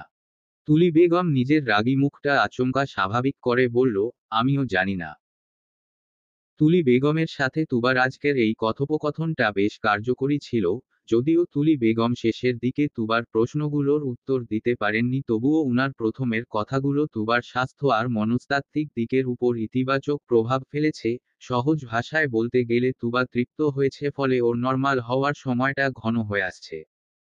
কিছুক্ষণ পর স্বাধীন কিছু ওষুধ হাতে ওদের কাছে চলে আসল, একেবারে তুবার সম্মুখে গিয়ে বসে বলতে লাগলো, তুবাই মিন দাদু, আপনার জন্য এই ওষুধগুলো এনেছি, আপনার স্বাস্থ্যের জন্য এসব ভালো। তুবা ভ্রু কুঁচকে বলল, তোমার দেওয়া ওষুধগুলো কেন খাবো বলো তো? কে বলতে পারে তুমি আমাকে বিষ খাইয়ে আমার বউয়ের থেকে আলাদা করতে চাইছো না? স্বাধীন মনে মনে ব্যঙ্গ করে বলল, এই কথাটা তো আমার বলা উচিত, আপনি আমার বউকে বাসর রাতেই আমার থেকে কেড়ে নিয়েছেন দাদু। ফুলগুলো তো শুকিয়েই গেছে, এখন টাটকা ফুল কেনার টাকা আমি আপনার কাছে থেকেই নিব। কিন্তু মুখে বলল, দাদু আমি ডাক্তার, আমার দেওয়া ওষুধের উপর বিশ্বাস করতে পারেন। সবচেয়ে বড় কথা, আপনাকে আমি মারতে যাব কেন? আমার বউ আপনার জন্য এই দুনিয়ায় এসেছে, আই মিন আপনি যদি দাদিকে বিয়ে না করতেন তাহলে তানজিদ বাবা পৃথিবীতে ল্যান্ড করতো না, আর তানজিদ বাবা ল্যান্ড না করলে আমার ভবিষ্যৎ পোটলাদের মাম্মাও ল্যান্ড করতো না, তাই আমি আপনার প্রতি কৃতজ্ঞ। তুবা হেসে উঠে বলল, দারুণ দুষ্টু ছেলে তো তুমি। আচ্ছা দাও ওষুধ, নিজের ডাক্তার নাতজামাইয়ের হাতে ওষুধ খেয়ে যদি একটু ফিট হই তাহলে আরেকটা বিয়ে করব। তুলি বেগম তৎক্ষণাৎ তুবার পেটে চিমটি কেটে দাঁতে দাঁত চেপে বললেন, আহ মরণ! যার দাঁত নেই একটাও সে নাকি বিয়ে করবে আরেকটা? তুবা ব্যথা পেয়ে পেটে হাত বুলিয়ে চাপা আর্তনাদ করতে লাগলো। স্বাধীন আহত চোখে সেদিকে তাকিয়ে থেকে তুলি বেগমের দিকে শীতল চোখে তাকিয়ে কাটকাট গলায় বলল, দাদি এটা আমার বউ। তুলি বেগম ৩২ পাটি দাঁত বের করে হাসলেন, অবশ্য উনার এখন নিজস্ব দাঁত নেই, সব ভাড়া করা দাঁত। তুবা নিজেকে সামলে নিয়ে বলল, কে তোমার বউ নাতজামাই? স্বাধীন থতমত খেয়ে গেল, গলা খাকারি দিয়ে বলল, কে আবার? আমার বউই আমার বউ, কোনো সন্দেহ আছে এতে? তুবা ভ্রু কুঁচকে ওর দিকে তাকিয়ে ওষুধ খেয়ে নিল, তা দেখে স্বাধীন স্বস্তির নিঃশ্বাস ফেলল। তুবা কিছুক্ষণ বসে থেকে বিছানা থেকে নেমে বাথরুমে যাওয়ার জন্য পা বাড়াল, কিন্তু হঠাৎ মাথা চক্কর দিতেই ও মাথা চেপে ধরে আর্তনাদ করতে লাগলো। স্বাধীন উত্তেজিত হয়ে ওর দিকে এগিয়ে গিয়ে বলল, তুবা আমার তুবা, তুমি ঠিক আছো? তুবা এত যন্ত্রণার মাঝেও কপাল কুঁচকে স্বাধীনের দিকে তাকিয়ে বলল, আমি তুবা না। স্বাধীন এতটাই চিন্তিত হলো যে তুবার কথায় ও কোনরূপ ভ্রুক্ষেপ করল না। তুবার চিৎকারে সবাই ওখানে ছুটে চলে আসল। আর্তনাদ করতে করতে তুবা একসময় জ্ঞান হারিয়ে মাটিতে লুটিয়ে পড়ল। এতে করে স্বাধীন কম্পিত হাতে দ্রুত তুবাকে পাজাকোলা করে তুলে ওকে বিছানায় শুইয়ে দিল। হিতাহিত জ্ঞান হারিয়ে স্বাধীন চিৎকার করে বলতে লাগলো, ডাক্তার কোথায়? ডাক্তারকে ফোন দিচ্ছেন না কেন আপনারা? তুবার জন্য কি আপনাদের একটুও চিন্তা হচ্ছে না? কি আজব ফোন দিন! সবাই আহাম্মক হয়ে ওর পাগলামো দেখতে লাগলো। সবার হয়ে সাভাস বলে উঠল, ডাক্তার নিজেই যদি ডাক্তারকে ডাকতে বলে তাহলে আমরা ডাকবো কিভাবে? স্বাধীন থতমত খেয়ে বলল, ও তাই তো, আমিই তো ডাক্তার। মাথা থেকে বেরিয়ে গিয়েছিল। স্বাধীন বড় করে একটা শ্বাস নিয়ে নিজেকে স্বাভাবিক করল, তারপর ঠান্ডা মাথায় সবকিছু ভাবতে লাগলো। মাথায় সবকিছু গোছানো হয়ে আসতেই স্বাধীন উচ্ছ্বসিত কণ্ঠে বলে উঠল, চিন্তার কোনো কারণ নেই, তুবা অজ্ঞান হওয়ার মানে হচ্ছে ও নর্মাল হতে চলেছে। সবার মনে আশার আলো জেগে উঠল। আরও কিছুক্ষণ পর তুবার জ্ঞান ফিরতে লাগলো। সবাই দম আটকে ওর দিকে তাকিয়ে থাকলো। তুবা চোখ পিটপিট করে সবার দিকে তাকাতে লাগলো। সর্বশেষে উদ্বিগ্ন মুখের স্বাধীনের দিকে তাকিয়ে ক্ষীণ কণ্ঠে বলল, আমি আবারও দাদু হয়ে গিয়েছিলাম। বারিশ আর আয়েশা বিকেলের দিকে হাসান ভিলা থেকে প্রস্থান করল। তুবাকে নিয়ে স্বাধীন নিজের বাড়িতে ফিরে যাবে সন্ধ্যার দিকে। ওদের চারজনের বিয়ের অনুষ্ঠান হবে আরো দুদিন পর, শুধুমাত্র ওদের পরিবারের রিউনিয়ন আর কি, বাড়তি কোনো আত্মীয় স্বজন থাকবে না সেখানে। আয়েশা ফ্রেশ হয়ে শাড়ি পাল্টে একটা কালো সালোয়ার কামিজ পরে নিল, অতঃপর বর্ষার সাথে কিছুক্ষণ খোশগল্প করতে লাগলো। বারিশ ওদের কাছে গিয়ে বলল, আয়েশা চলো পড়তে বসবে। আয়েশার মাথায় বাজ পড়ল, আঁতকে উঠে বলল, পড়া পড়ব মানে? হ্যাঁ পড়বে, সামনে ফাইনাল পরীক্ষা, আমি চাই না আমার বউয়ের সিজিপিএ এতটাই খারাপ হোক যে লজ্জায় জনসম্মুখে মুখে আনা না যায়। আয়েশা নাছোড়বান্দা হয়ে বসে থাকলো। বারিশ কপাল কুঁচকে ওর হাত টানতে টানতে নিয়ে যেতে যেতে বলল, মানুষ এতটা পোড়াচোর হতে পারে সেটা তোমাকে না দেখলে জানতেই পারতাম না। একমাত্র তোমার মুখেই শুনলাম পড়াশোনা নাকি অশ্লীল কাজ। হ্যাঁ। আয়েশা নিজেকে ছাড়াতে ছাড়াতে বলল, তা নয় তো কি। মানুষের জীবনে অযথা নাক গলানো, অন্যের বানানো সূত্রগুলো জোর করে মুখস্থ করা, গণিতে তো আরো ধরাধরি, মনে মনে কড়াকড়ি, আবার কে কয়টা আপেল খেল কমলা খেল সেগুলো হিসাব করে তার খাওয়ায় নজর দিয়ে তার পেটের অসুখ বাঁধানো ছি। বারিশ হতভম্ব হয়ে আয়েশার দিকে তাকালো কিন্তু কিছু বলল না। ওকে নিজের রুমে নিয়ে গিয়ে পড়ার টেবিলে বসাল, তারপর একটা বই বের করে বলল, এই চ্যাপ্টারটা আমি এখন বোঝাব, যদি একটু মনোযোগ সরাও তাহলে সত্যি বলছি তোমাকে আমার স্পেশাল শাস্তিগুলো দিতে শুরু করব। আয়েশা হঠাৎ ভদ্র হয়ে গেল আর বারিশও সুন্দর করে পড়া বোঝাতে শুরু করলো। যত সময় গড়াতে লাগলো আয়েশার কপালের ভাঁজ তত বাড়তে লাগলো। এক পর্যায়ে ও কর্কশ কণ্ঠে বলে উঠল, এসব কিছু হলো? এটার আগামাথা তো কিছুই বুঝতে পারছি না। কোনটা বোঝনি বলো? আয়েশা আঙুল তাক করে একটা টপিক দেখালো। বারিশ সেই টপিক আবারও বোঝাতে লাগলো। আয়েশা ওকে থামিয়ে দিয়ে বলল, আবার তো একই কথাই বলছেন, আমি বুঝতে পারছি না এটা এত কঠিন কেন। কথায় কঠিন? এত সহজভাবে বললাম তাও বুঝতে পারছো না। আয়েশা ঠোঁট উল্টে বলল, এটা সহজ। এত বিশ্রী টপিক আমি আজ অবধি পড়িনি। বারিশ ভ্রু কুঁচকে আয়েশার দিকে তাকিয়ে থেকে আবারও বুঝাতে লাগলো। আয়েশা এবার চিৎকার করে বলতে লাগলো, দূর বুঝি না কি সব ছাতার মাথা বলছেন। বারিশ আয়েশার মাথায় কলম দিয়ে টোকা মেরে বলল, মাথামোটার মাথামোটা এই সিলি জিনিস বুঝতে পারছো না? আয়েশা আচমকা বারিশের মাথার চুল টেনে ধরে বলল, হ্যাঁ বুঝতে পারছি না কারণ আপনি বোঝাতে পারেন না, আপনাকে টিচার কে বানিয়েছে? বারিশ নিজের চুল ছাড়িয়ে নিয়ে গমগম কণ্ঠস্বরে বলল, আর তোমাকে স্টুডেন্ট কে বানিয়েছে গাধা? ক্লান্তিময় সময় শেষ করে স্বাধীন বিছানায় গা এলিয়ে দিয়ে একটু বিশ্রাম নিচ্ছে। তুবা নিজের শ্বশুর শাশুড়ির সাথে কথা বলছে। ওর একদমই ভালো লাগছে না কারণ ওর জন্য সবাই কতটা সাফার করলো, তাও আবার জীবনের এত গুরুত্বপূর্ণ একটা দিনে। স্বাধীনের মা মুচকি হেসে তুবাকে আশ্বস্ত করার চেষ্টা করলেন। আরও কিছুক্ষণ সময় ওনাদের সাথে কথা বলে তুবা স্বাধীনের মানে নিজেদের রুমে চলে গেল। ভিতরে প্রবেশ করতেই তুবার মুখটা মলিন হয়ে গেল। বেচারা কতটা কষ্ট সহ্য করলো ওর জন্য। মাঝে মাঝে তুবার ইচ্ছা করে নিজের রোগটাকে গলা টিপে মেরে দিতে, কিন্তু তা তো আর সম্ভব নয়। তুবা ধীর পায়ে বিছানার দিকে এগিয়ে গিয়ে স্বাধীনের পাশে বসল। স্বাধীন মাথায় হাত ঠেকিয়ে ঘুমোচ্ছে। তুবা একদৃষ্টিতে ওর ক্লান্ত মুখখানার দিকে তাকিয়ে থাকলো, অতঃপর আলতো করে ওর গালে হাত রেখে বলল, আফওয়ান ডাক্তার সাহেব, আমার জন্য আপনি নিজের বিয়েটা ভালো মতো উপভোগ করতে পারলেন না। স্বাধীন আচমকা চোখ খুলে বলল, নিজের বিয়ে মানে? বিয়ে কি আমি নিজেই নিজেকে করেছিলাম? বলো যে আমাদের বিয়ে বেয়াক্কল। তুবা সামান্য হেসে উঠে বলল, আপনিও না। যা গেজে গেছিলেন। স্বাধীন শোয়া থেকে উঠে বসে বলল, ঘুমিয়েই ছিলাম কিন্তু তোমার স্পর্শ পেয়ে জাগ্রত হয়েছি। তুবা কাষ্ঠ হাসল, ওর চোখে মুখে এখনো অনুতপ্ততা ছেয়ে আছে। সেটা লক্ষ্য করে স্বাধীন বলে উঠল, কষ্ট পাচ্ছ কেন? তুমি তো আর ইচ্ছা করে করনি, ভুলে যাও তবে। তুবা চকিতে স্বাধীনের দিকে তাকিয়ে বলল, তবে কি? স্বাধীন বাঁকা হেসে বলল, তবে এখন ইচ্ছা করে অনেক কিছুই করতে পারো। স্বাধীনের কথার মানে বুঝতে পেরে তুবা লজ্জায় লাল নীল হয়ে গেল। তা দেখে স্বাধীন ব্যঙ্গ করে বলল, আমি নফল নামাজের কথা বলছিলাম, সব সময় শুধু নেগেটিভ চিন্তাভাবনা তাই না? ছ্যাঃ। তুবা থতমত খেয়ে গেল, যদিও ও জানে স্বাধীন আজ অন্য হিসেবেই বলেছিল। তুবা মাথা নিচু করে রাখল। স্বাধীন বিছানা থেকে নেমে বলল, দাদুর সাথে তো আর বিয়ের জন্য নফল নামাজ পড়তে পারিনি, তাই ভাবছি আজ বউয়ের সাথে পড়ি, কি বলো? তুবা হেসে উঠে বলল, যেই। দুজনে অজু করে এসে দুরাকাত নফল নামাজ পড়ে নিল। নামাজ শেষে তুবা আয়নার সামনে দাঁড়িয়ে নিজের চুলে বেনি করতে লাগলো। স্বাধীন অপলকভাবে ওর দিকে তাকিয়ে থেকে ধীরে ধীরে ওর দিকে এগিয়ে গেল। হঠাৎ নিজের উদরে একটা শক্ত হাতের অস্তিত্ব টের পেতেই তুবা সামান্য কেঁপে উঠল। স্বাধীন ওর কাঁধে নিজের থুতনি ঠেকিয়ে বলল, বাসরের ফুল শুকিয়ে গেছে তো কি হয়েছে? আমার ভালোবাসা কিন্তু এখন টাটকা আছে, আর ভবিষ্যতেও এমন থাকবে ইনশাআল্লাহ। তুবা নিজেকে সামলে নিয়ে বলল, আপনি না বলেছিলেন আমি শুধু নেগেটিভ চিন্তাভাবনা করি, তাহলে এখন আপনি এটা কি করছেন? স্বাধীন তুবাকে নিজের দিকে ঘুরিয়ে ওর গালে ঠোঁট শুইয়ে বলল, বউকে ভালোবাসছি। কথাটা বলে স্বাধীন তুবার দ্বিতীয় গালেও চুমু খেল, কপালেও আর ঘাড়েও। সর্বশেষে স্বাধীন তুবার পাতলা ওষ্ঠের সাথে নিজের ওষ্ঠ এক করে দিল। তুবা চোখ বন্ধ করে স্বাধীনের শার্ট খামচে ধরল। অবশেষে স্বাধীনের শুকিয়ে যাওয়া ফুলের মধ্যে ভালোবাসার ফুল ফুটল।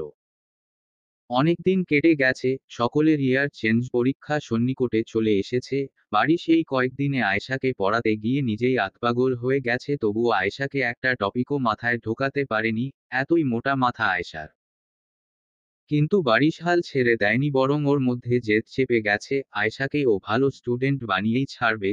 তারই প্রেক্ষিতে আয়েশাকে আবারও পড়াতে বসিয়েছে বারিশ। আয়েশা শুকনো মুখে একবার বারিশের দিকে তাকাচ্ছে তো একবার বইয়ের দিকে তাকাচ্ছে, তা দেখে বারিশ কাটকাট গলায় বলল, আজকে আমার চুল টানলেও, আমাকে থুথু দিলেও, ঘর থেকে দৌড়ে পালিয়ে যেতে ধরলেও টপিক মুখস্থ না করে দেওয়া পর্যন্ত ছাড়ব না।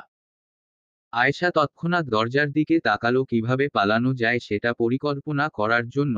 বারিশ আর চোখে সেটা লক্ষ্য করে বইয়ের পাতা উল্টাতে উল্টাতে বলল, ওদিকে তাকিয়ে কোনো লাভ নেই, কারণ দরজায় বড় একটা তালা ঝুলিয়ে রেখেছি, আর ওই তালার চাবি আমার ট্রাউজারের পকেটে রয়েছে।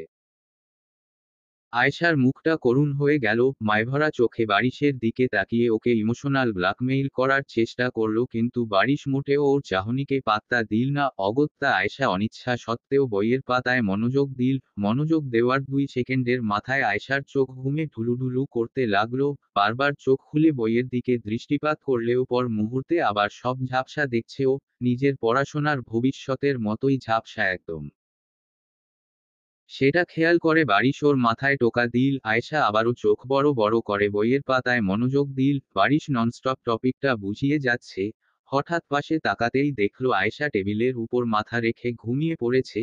বারিশ কিছু বলতে চেয়েও বলল না, বই বন্ধ করে আয়েশার দিকে মুখ করে নিজেও টেবিলে মাথা রাখল। ঠোঁটের কোণে মুচকি হাসি বজায় রেখে বারিশ নিজের বউকে মন ভরে দেখতে লাগলো। অতঃপর ওর মুখে এসে পড়া চুলগুলো সরিয়ে দিয়ে বারিশ মিষ্টি করে হেসে বলল, আমার স্নো হোয়াইট তবে পোড়াচোর আর মাথামোটা।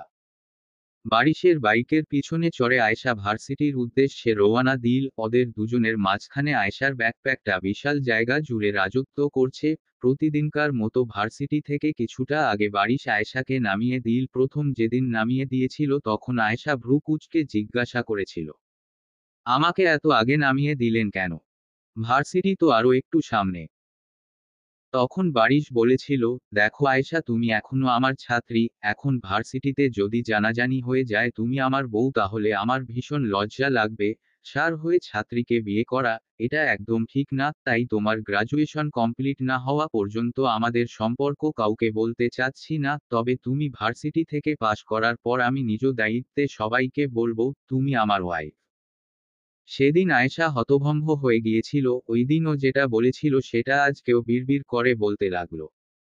ছাত্রীকে বিয়ে করার সময় লজ্জা লাগেনি, এখন বলতে লজ্জা লাগছে, যত সব ঢং।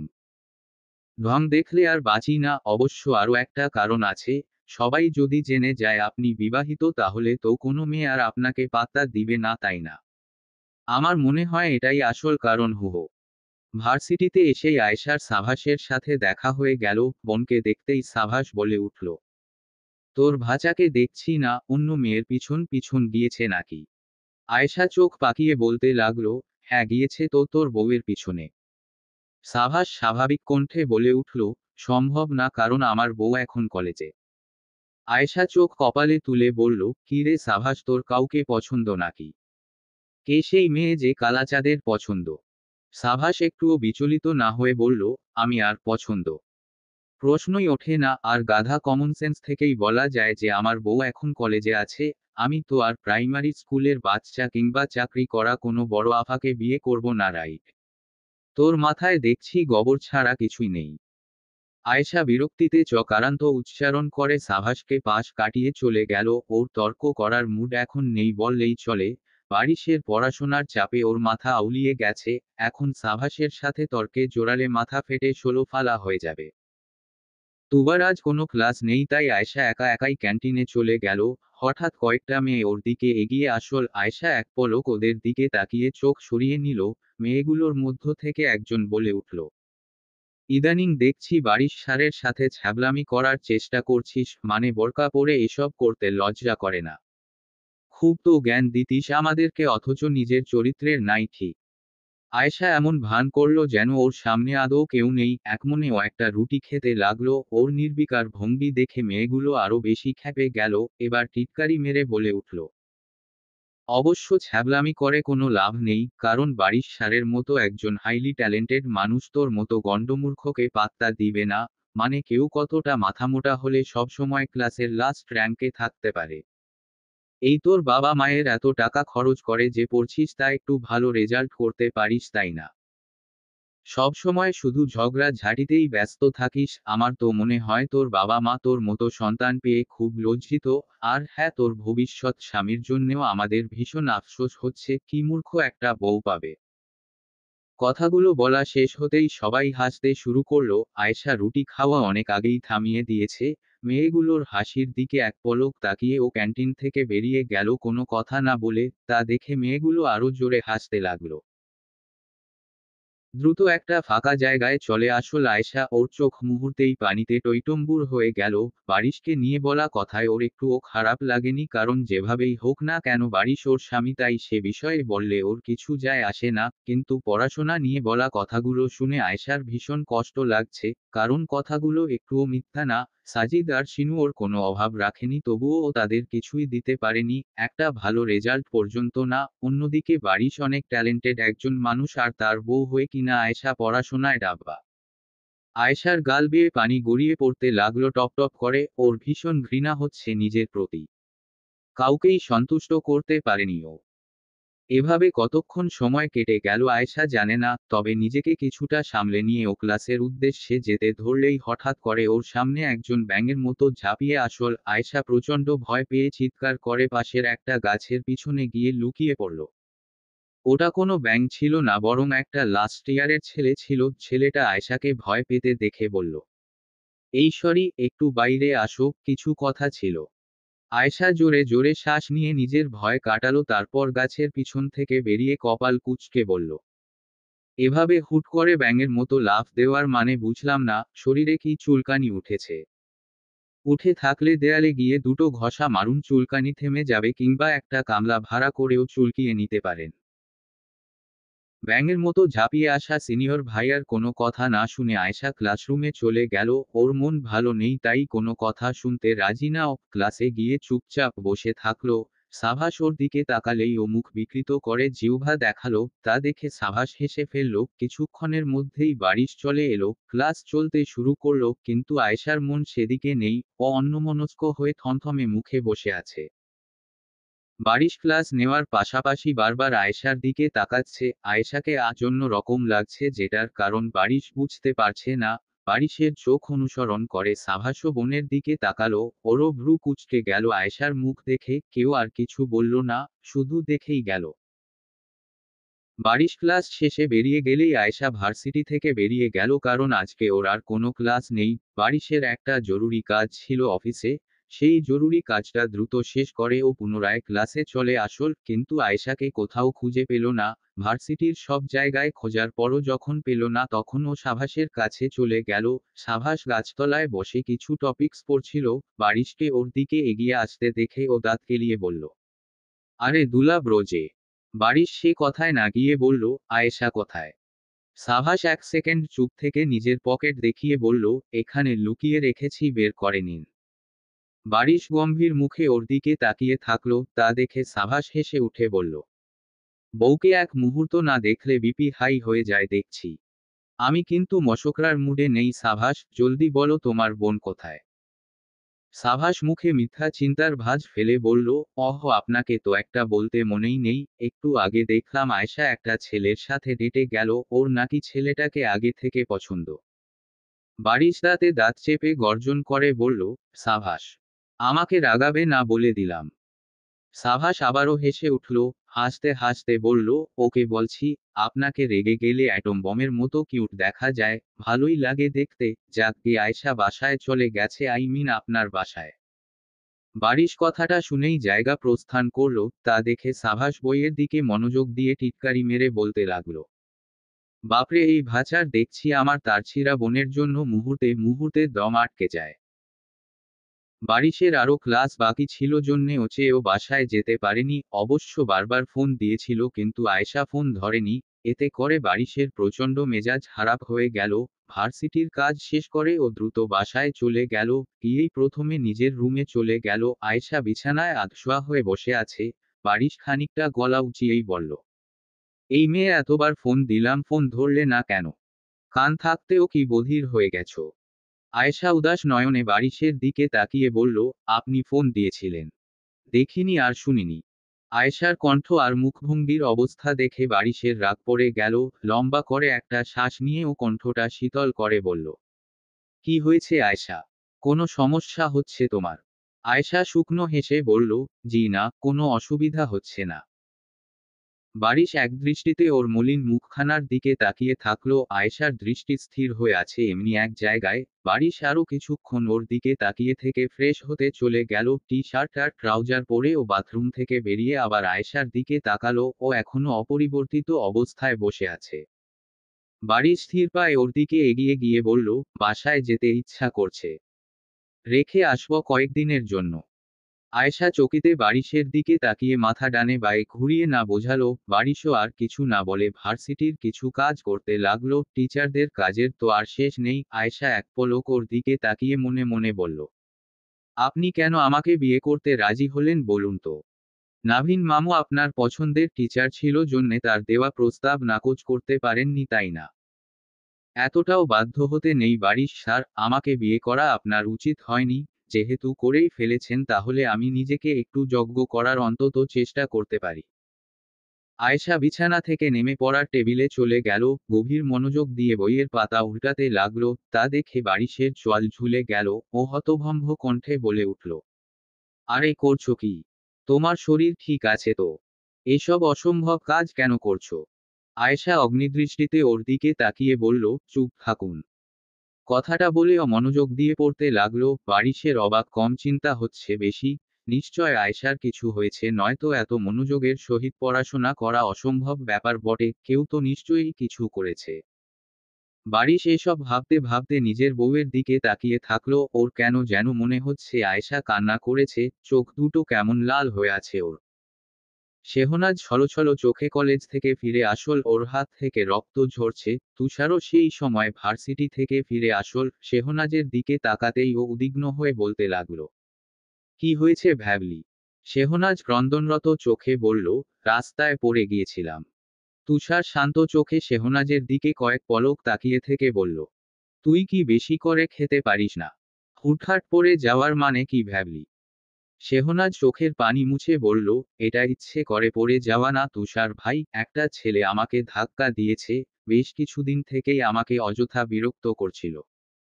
তুষার ক্ষণকাল চুপ থেকে বলল, নীরকেও ধাক্কা দিয়েছে বা বিরক্ত করেছে? শেহনাজ হঠাৎ স্থির হয়ে গেল, চোখের পানি ভিতরে শুষে নিল, অতঃপর কাট গলায় বলল, না। আচ্ছা, আর হ্যাঁ, এসব ছেলের থেকে দূরত্ব বজায় রেখে চলবি, অযথা এমন ছেলের সাথে লাগতে যাস কেন? শেহনাজ তৎক্ষণাৎ বলে উঠল, আমি কিছু করিনি, ওই ছেলেই ইচ্ছা করে আমাকে বিরক্ত করতে ছিল। আজ তো ধাক্কাই দিয়ে দিল। আচ্ছা ঠিক আছে, বুঝলাম। কথাটা বলে তুষার সিনু আর তানিয়াকে ডাকলো। ওরা এসে শেহনাজের অবস্থা দেখেই আঁতকে উঠে বলল, শেহনাজের কি হয়েছে? ওর ক্ষত দ্রুত পরিষ্কার করে ভালো করে মলম লাগিয়ে দাও, নয়তো ইনফেকশন হতে পারে। বলে তুষার নিজের রুমের দিকে চলে গেল। শেহনাজ পানিতে টইটম্বুর চোখ দুটো দিয়ে ওর গমনপথের দিকে তাকিয়ে থাকলো। সিনু আর তানিয়া এসে ওর রক্তাক্ত হাত পরিষ্কার করতে লাগলো। সিনু তো কেঁদেই দিয়েছে মেয়ের অবস্থা দেখে। শেহনাজও কাঁদতেছে, তবে ব্যথার জন্য কম, তুষারের নির্লিপ্ততার জন্য বেশি। তানিয়া দিশেহারা হয়ে পড়ল ওদের দুমা মেয়ের অবস্থা দেখে। এমন সময় বাদাম খেতে খেতে সাভাস সদর দরজা দিয়ে বাড়িতে প্রবেশ করে। সামনের অবস্থা দেখে থেমে গেল। ওর হাত থেকে সব বাদাম নিচে পড়ে গেল। দ্রুত পায়ে বোনের দিকে এগিয়ে গিয়ে চিন্তিত স্বরে বলল, কি হয়েছে বনু? কিভাবে হয়েছে? পড়ে গিয়েছিলি? শেহনাজ মাথা ডানে বায়ে ঘুরিয়ে না বুঝিয়ে ক্রন্দনরত কণ্ঠে বলল, একটা ছেলে ধাক্কা দিয়ে পিছলা রাস্তার উপর ফেলে দিয়েছিল। সাভাসের চোয়াল শক্ত হয়ে গেল। শেহনাজের হাতে মলম লাগিয়ে দেওয়া ইতোমধ্যে শেষ হয়ে গিয়েছে। সাভাস বোনের হাত ধরে ওকে বসা থেকে উঠিয়ে বলল, চল আমার সাথে। শেহনাজ অবাক হয়ে বলল, কোথায় ভাইয়া? যেখানে যেতে বলছি সেখানে, কথা না বলে আমার সাথে চল। সাভাস শেহনাজকে টানতে টানতে বাড়ির বাইরে নিয়ে গেল। সিনু আর তানিয়া পিছন থেকে বারবার সাভাসকে আটকালেও ও কারো কথা শুনল না।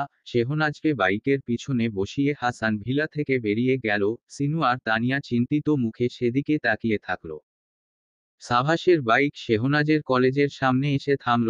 শেহনাজ হতভম্ব হয়ে বাইক থেকে নেমে বলল, এখানে কেন আসলে ভাইয়া?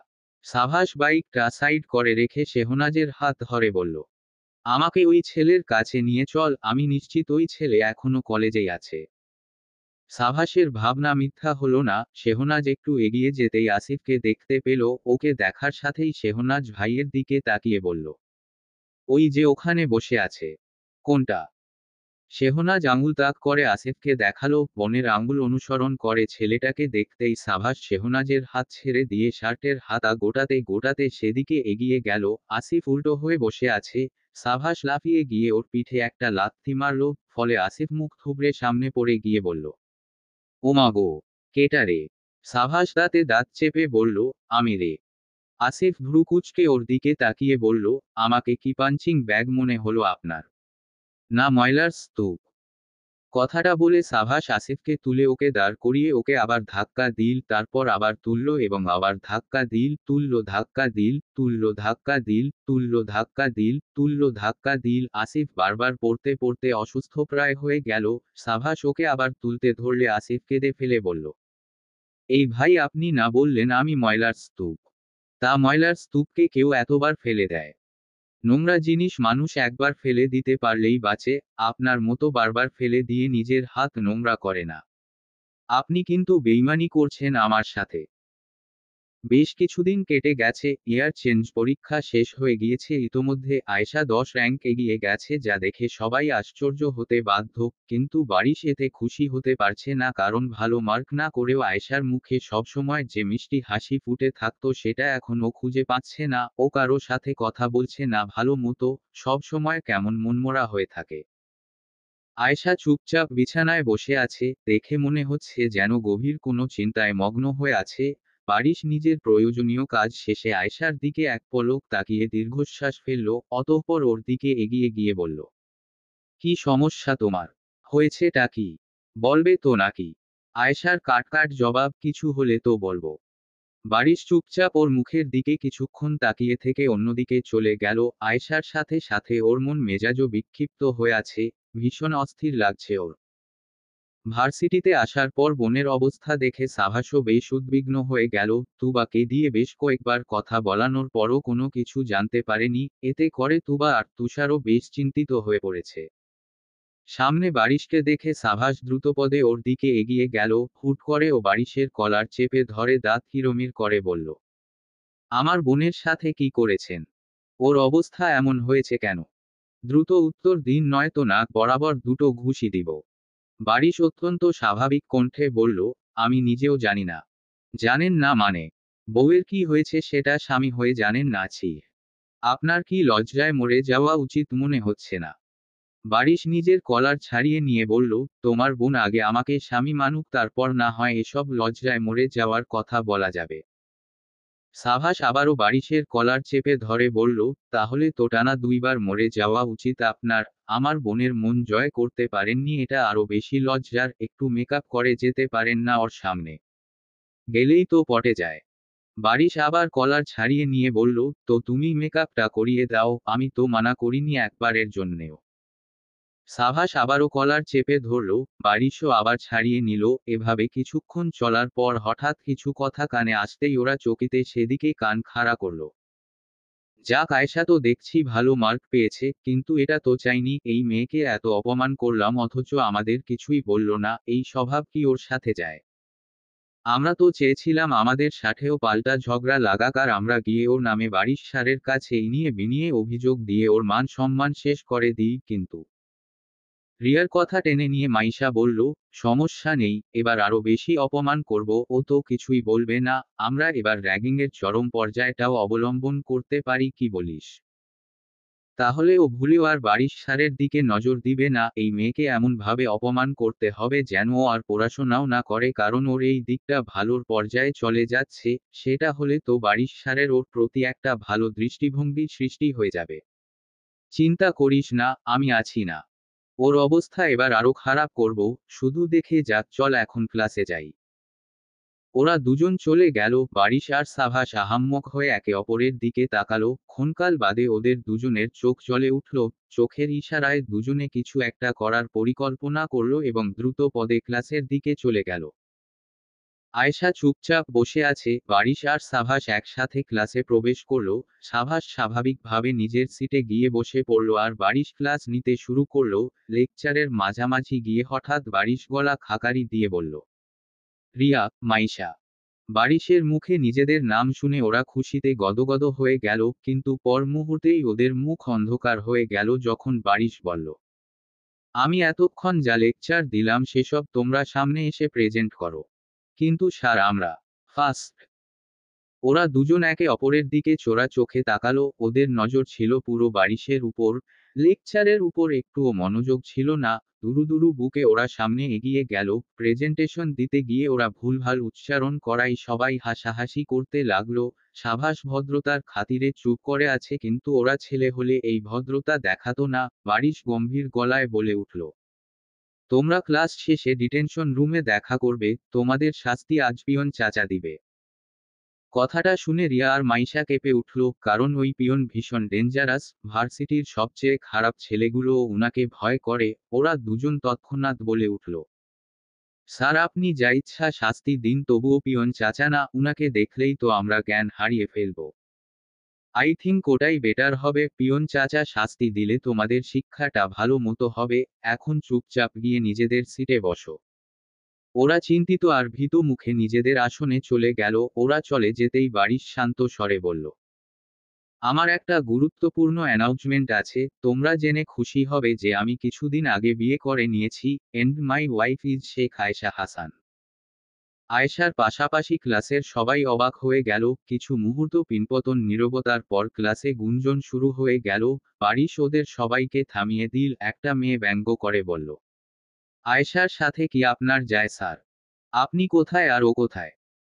আসলেই যায় না, কারণ ওর মতো ভালো মেয়ের সাথে আমাকে মানায় না। আমার নিজেকে আরো যোগ্য করে তুলতে হবে ওর জন্য।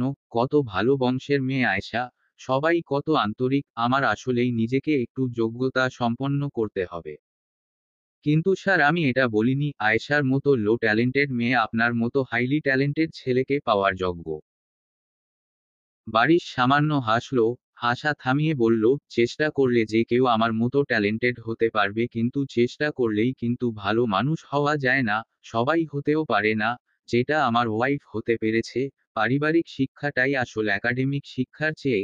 একজন উচ্চপদস্থ মানুষ যদি উগ্র হয় তাহলে মানুষ তাকে সামনে সম্মান দেখালেও পিছনে বদনাম করতে ভুলবে না, অন্যদিকে ভালো মানুষের জন্য পিছনে দোয়া করতেও ভুলবে না। আয়েশা হা হয়ে বারিশের দিকে তাকিয়ে থাকল। ওর মন থেকে হঠাৎ বিষণ্ণতার বিশাল পাহাড়টা ভেঙে চুরমার হয়ে গেল। মুখে হাসি ফুটে উঠল। বনের মুখে হাসি দেখে সাভাসের মুখেও হাসি ফুটল। ক্লাসের সবাই ইতোমধ্যে চুপ হয়ে গেছে। অন্যদিকে বারিশ পুনরায় ক্লাস নিতে শুরু করল। শেহনাজ আর নীর শেহনাজের রুমে বসে আছে। ওরা দুজনে একসাথে পড়াশোনা করছে। পড়তে পড়তে ওদের ক্ষুধা লেগে গেল, তাই শেহনাজ ওর লুকিয়ে রাখা কয়েকটা আপেল বের করল। তা দেখে নীর বলল, এসব কোথা থেকে বের করলি? শেহনাজ কণ্ঠ খাটো করে বলল, ফ্রিজ থেকে চুরি করে এনেছিলাম রাতের বেলা লুকিয়ে লুকিয়ে খাওয়ার জন্য। নীর ভ্রু কুঁচকে বলল, নিজের বাড়িতে চুরি করতে তোর কি একটুও লজ্জা লাগেনি? শেহনাজ ৩২ পাটি দাঁত বের করে বলল, একটুও না, কারণ এটা নিজের বাড়ি। নীর অদ্ভুত চোখে কিছুক্ষণ শেহনাজের দিকে তাকিয়ে থেকে ছুরি দিয়ে আপেল কাটতে লাগলো, কিন্তু দৃষ্টি শেহনাজের দিকে থাকায় অসাবধানতা বশত নীরের হাত কেটে গেল। তা দেখে শেহনাজ ব্যস্ত হয়ে ওর দিকে এগিয়ে আসল। তুষার ২ তলায় নামার সাথে শেহনাজের রুম থেকে চিল্লাপাল্লা শুনে ভ্রু কুঁচকে সেদিকে এগিয়ে গেল। নীরের হাত থেকে রক্ত ঝরতে দেখে ও বিচলিত হয়ে বলতে লাগলো, রক্ত কেন? কি হয়েছে নীর? নীর হাত চেপে ধরে বলল, কেটে গেছে। কাটলি কিভাবে? চোখে দেখিস না? এই তুই কি সাবধানে কাটতে পারিসনি? না পারলে ভ্যাবলি কে বলতি, তুই কাটতে গেছিস কেন? নীর শুকনো হেসে বলল, সমস্যা নেই ভাইয়া। সমস্যা আছে বইকি, এই সেজু, যা ফার্স্ট এইড বক্স নিয়ে আয়। শেহনাজ স্থির হয়ে দাঁড়িয়েছিল। তুষারের কথা শুনে ও বাইরে চলে গেল। অন্যমনস্ক থাকায় আর তাড়াহুড়ো করার দরুন শেহনাজ রুমের কাছাকাছি এসে পড়ে গেল। দরজার ফাঁক দিয়ে সামনে তুষারের দিকে তাকিয়ে থাকলো ও যে চিন্তিত মুখে নীরকে হাত চেপে রাখার জন্য দিক নির্দেশনা দিচ্ছে। কিছুক্ষণ পর শেহনাজ নিজেই উঠে পড়ল, তারপর রুমে গিয়ে ফার্স্ট এইড বক্সটা তুষারকে দিল। তা দেখে তুষার বলল, ভ্যাবলি শোন, আমি যেভাবে বলছি সেভাবে ওর হাত ব্যান্ডেজ করে দে, ঠিক আছে? শেহনাজ মাথা হেলিয়ে সম্মতি জানিয়ে ব্যান্ডেজ করতে লাগলো আর বারবার পিছু ঘুরে তুষারের দিকে তাকাতে লাগলো। আয়েশা খুশিমনে মাথা আঁচড়াচ্ছে। বারিশ রুমে প্রবেশ করে ওর স্বাভাবিক মুখভঙ্গি দেখে মুচকি হাসল। তারপর সোফায় বসে কিছু ম্যাগাজিন পড়তে লাগলো। আয়েশা মাথা আঁচড়ানো শেষে বিছানায় গিয়ে বসে পড়ল এবং মোবাইল চালাতে লাগলো। তা দেখে বারিশ বলল, কি ব্যাপার, আজ পড়তে বসছো না কেন? আয়েশা মোবাইলে ব্যস্ত থেকে বলল, পড়া আবার কি? ওটা কি করে? খায়? মাথায় দেয়? বাক্সে ভরে রাখে? বারিশ ভ্রু কুঁচকে বলল, মজা হচ্ছে। গিয়ে চুপচাপ পড়তে বসো। পড়াশোনা করে লাভ নেই, ভালো মানুষ হতে হবে। আমি ভালো মানুষ হব। বারিশ আহাম্মক হয়ে বলল, আমার কথা আমাকেই বলছো? আমি এসব বলেছি ঠিক আছে, তাই বলে পড়াশোনা করতে হবে না এটা কখন বললাম? বলেননি, কিন্তু আমি বুঝে নিয়েছি। তাছাড়া যথেষ্ট জ্ঞান অর্জন করেছি। আর লাগবে না। আমাদের বাচ্চা কাচ্চাদের পড়াশোনা করানোর মতো যথেষ্ট পড়া পড়েছি আমি। অলরেডি শিক্ষিত মা পেয়ে গেছে বাচ্চারা। বারিশ গলা খাকারি দিয়ে উঠল। আয়েশারও হুঁশ ফিরে আসল। ও চোখ বড় বড় করে এক পলক বারিশের দিকে তাকিয়ে চট জলদি দৌড়ে রুম থেকে বেরিয়ে গেল। ড্রয়িং রুমে গিয়ে জিহ্বায় কামড় দিয়ে বলল, ছি, বাচ্চা কোথা থেকে আসবে? ওই অ্যানাকন্ডা সাপের সাথে আমি সংসার করতে পারবো না। বাচ্চা কি তাহলে বাজার থেকে কিনে আনতে হবে? আজকের বিকেলের আবহাওয়াটা অত্যন্ত অপরূপ সৌন্দর্য বহন করছে। আয়েশা বেকুনিতে দাঁড়িয়ে সেই সৌন্দর্য উপভোগ করে চলেছে। কিন্তু সেটা আর বেশিক্ষণ টিকল না, কারণ বাড়ি শেষে ওকে জোর করে পড়াতে বসাল। আয়েশা গালে হাত দিয়ে বইয়ের দিকে তাকিয়ে আছে আর বারিশ ওর মাথায় পড়া ঢোকানোর চেষ্টা করে যাচ্ছে। হঠাৎ একটা ডায়েরির দিকে চোখ যেতেই বারিশ ভ্রু কুঁচকে সেদিকে হাত বাড়িয়ে বলল, এটা কার? আয়েশা চট জলদি সেটা বারিশের হাতের ফাঁক থেকে ছিনিয়ে নিয়ে বলল, এটা আমার, খবরদার এটাতে হাত দিবেন না। আয়েশার ঘাবড়ে যাওয়া মুখটার দিকে বারিশ তাকিয়ে থাকলো। সেটা খেয়াল করে আয়েশা বলতে লাগলো, আমার জিনিসে ভুলেও হাত দেওয়ার কথা ভাববেন না। বারিশ চোখ সরিয়ে নিল। হঠাৎ করে ওখান থেকে উঠেও চলে গেল। তাতে হতভম্ব হয়ে আয়েশা বলল, কি হলো, পোড়াবেন না? বারিশ কাটকাট গলায় বলল, মুড নেই। বলে ও রুম থেকেই বেরিয়ে গেল। আয়েশা বিড়বিড় করে বলল, বারিশ স্যারের আবার কি হলো? বারিশ বোনের ফ্ল্যাটে গিয়ে চুপচাপ বসে থাকলো। ভাইকে মনমরা থাকতে দেখে বর্ষা ভ্রু কুঁচকে ওর দিকে এগিয়ে এসে বলল, কি হয়েছে ভাই? বারিশ এক পলক বোনের দিকে তাকিয়ে বলল, আচ্ছা আপু, বিয়ে হলে কি বিপরীত মানুষটার প্রতি একটুও ফিলিংস তৈরি হয় না? বর্ষা মুচকি হেসে ভাইয়ের পাশে বসে বলল, ওকে একটু সময় দে, মেয়েটা তোকে স্যার হিসেবে মেনে চলেছিল এতদিন। হঠাৎ করে স্যার যদি স্বামী হয়ে যায় তাহলে অদ্ভুত লাগবেই। তুই তো ওকে বিয়ে করার জন্য পাগল হয়ে গিয়েছিলি। বললাম একটু সময় নে, তা না, নাচতে নাচতে তোর নাভিন স্যারের কাছে প্রস্তাব নিয়ে গেলি। এখন ঠেলা সামলা। বারিশ অভিমান করে বলল, সান্ত্বনা দেওয়ার বদলে আমার টেনশন আরো বাড়িয়ে দিচ্ছ। কেমন বোন তুমি? তাহলে কি করব? তোর হয়ে আয়েশাকে পটা। ওকে জোর করে তোকে ভালোবাসা। তোর হয়ে আমি আই লাভ ইউ বলবো। বল বল কোনটা করব। বারিশ চোখ পাকিয়ে বনের দিকে তাকিয়ে বলল, তুমি তোমার স্বামীকে গিয়ে বলো তোমাকে বলাই ভুল হয়েছে আমার যত্তসব। বারিশ রাগ করে বনের ফ্ল্যাট থেকে চলে গেল। ওর গমনপথের দিকে তাকিয়ে বর্ষা হাসতে হাসতে বলল, সবকিছুতেই তোর এত তাড়া কিসের? ধৈর্য নেই একদম। আজ বাড়িতেই আছে শেহনাজ। হুট করে জ্বর বাঁধিয়ে ফেলেছে, তাই কলেজ যাওয়া হয়নি আজ। জ্বরও কম নয়, 104 ডিগ্রি জ্বর নিয়ে কুপোকাত অবস্থা হয়ে গেছে ওর। হুঁশও নেই। সাজিদ ডাক্তার এনেছিল। ডাক্তার ওকে চেক করে কিছু ওষুধ লিখে দিয়ে চলে গেছে, আর বলেছে ওর শরীর বারবার ভেজা কাপড় দিয়ে মুছে দিতে। সকাল থেকে সিনু আর তানিয়া পালা করে ওর খেয়াল রেখে চলেছে। সকাল সকাল ভার্সিটিতে চলে যাওয়ায় সাভাস বোনের বিষয়ে কিছু জানে না। এভাবেই কতক্ষণ সময় চলে গেল শেহনাজ জানে না, তবে ওর কেন যেন মনে হচ্ছে তুষার ওর সামনে বসে আছে। হয়তো জ্বরের ঘোরে ভুলভাল দেখছে, তবুও এই ভুল দৃশ্যই ওকে অনেক তৃপ্তি দিচ্ছে। চোখ চেয়েও খুলতে পারছে না। ঝাপসা চোখে সামনে চাঁদচুর ছেলেকে দেখছে বলে মনে হচ্ছে, কিন্তু চাঁদচুর ছেলে এখানে থাকার কথা নয় এখন, কারণ সে তো ভার্সিটিতে আছে। এর থেকে আরো প্রমাণিত হয় শেহনাজ স্বপ্ন দেখছে। আরো 2 সেকেন্ড ঝাপসা চোখে কল্পিত তুষারকে দেখে শেহনাজ পুনরায় ঘুমে আচ্ছন্ন হয়ে গেল। বেশ কয়েক ঘন্টা পর যখন পুনরায় চোখ খুলল, তখন সামনে তানিয়াকে বসে থাকতে দেখে শেহনাজ মলিন হাসল। মূলত এ কারণেই ও তুষারকে কল্পনা করেছিল, কারণ তুষার দেখতে কিছুটা মায়ের মতোই, অর্থাৎ তানিয়ার মতোই হয়েছে। শেহনাজকে চোখ খুলতে দেখে তানিয়া ওর মাথায় হাত বুলিয়ে দিয়ে বলল, সেজু সোনা ঠিক আছো?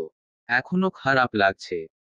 শেহনাজ মাথা দুলিয়ে না বোঝালো। তানিয়া গরম গরম স্যুপ বানিয়ে এনেছিল, সেটাই জোর করে শেহনাজকে খাইয়ে দিয়ে ওষুধ খাইয়ে দিল। হঠাৎ তানিয়ার ফোন বেজে উঠতেই তানিয়া ফোনে কথা বলতে লাগলো। স্বাধীন ফোন দিয়েছে শেহনাজের অবস্থা জানার জন্য।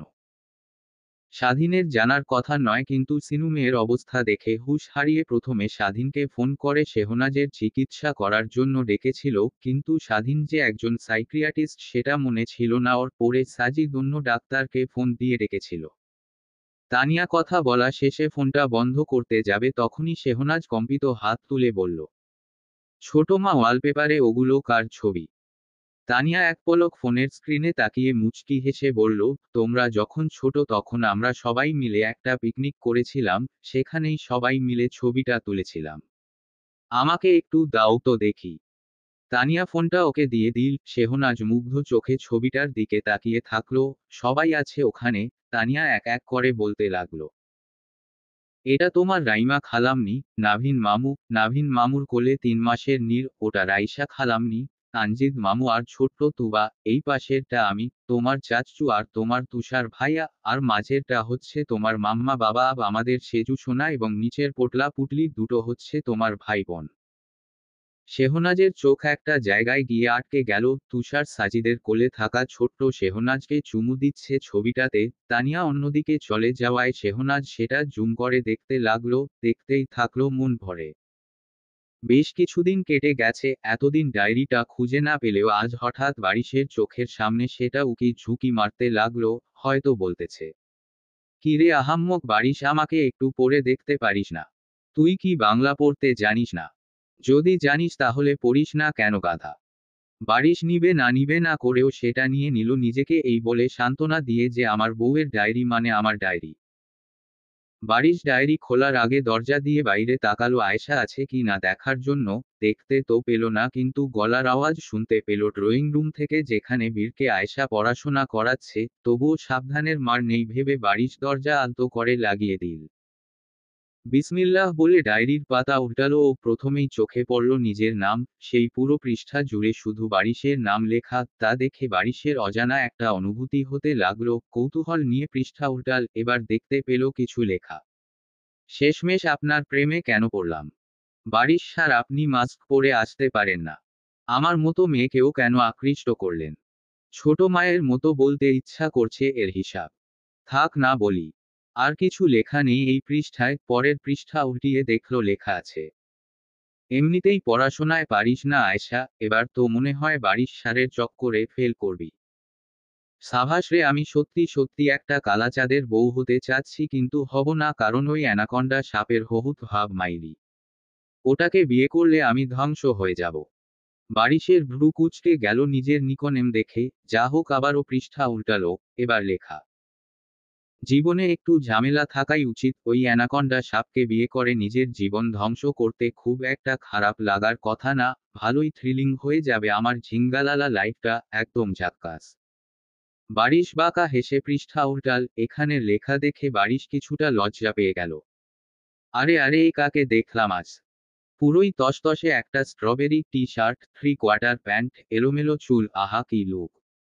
মনে হচ্ছে তুলে নিয়ে গিয়ে বিয়ে করি। কে গো আপনি? লাগছে বেশ কিউট। আহা আহা আহা, প্রতিদিন এমন লুকে আসবেন না প্লিজ, আমি জ্ঞান হারিয়ে ফেলবো।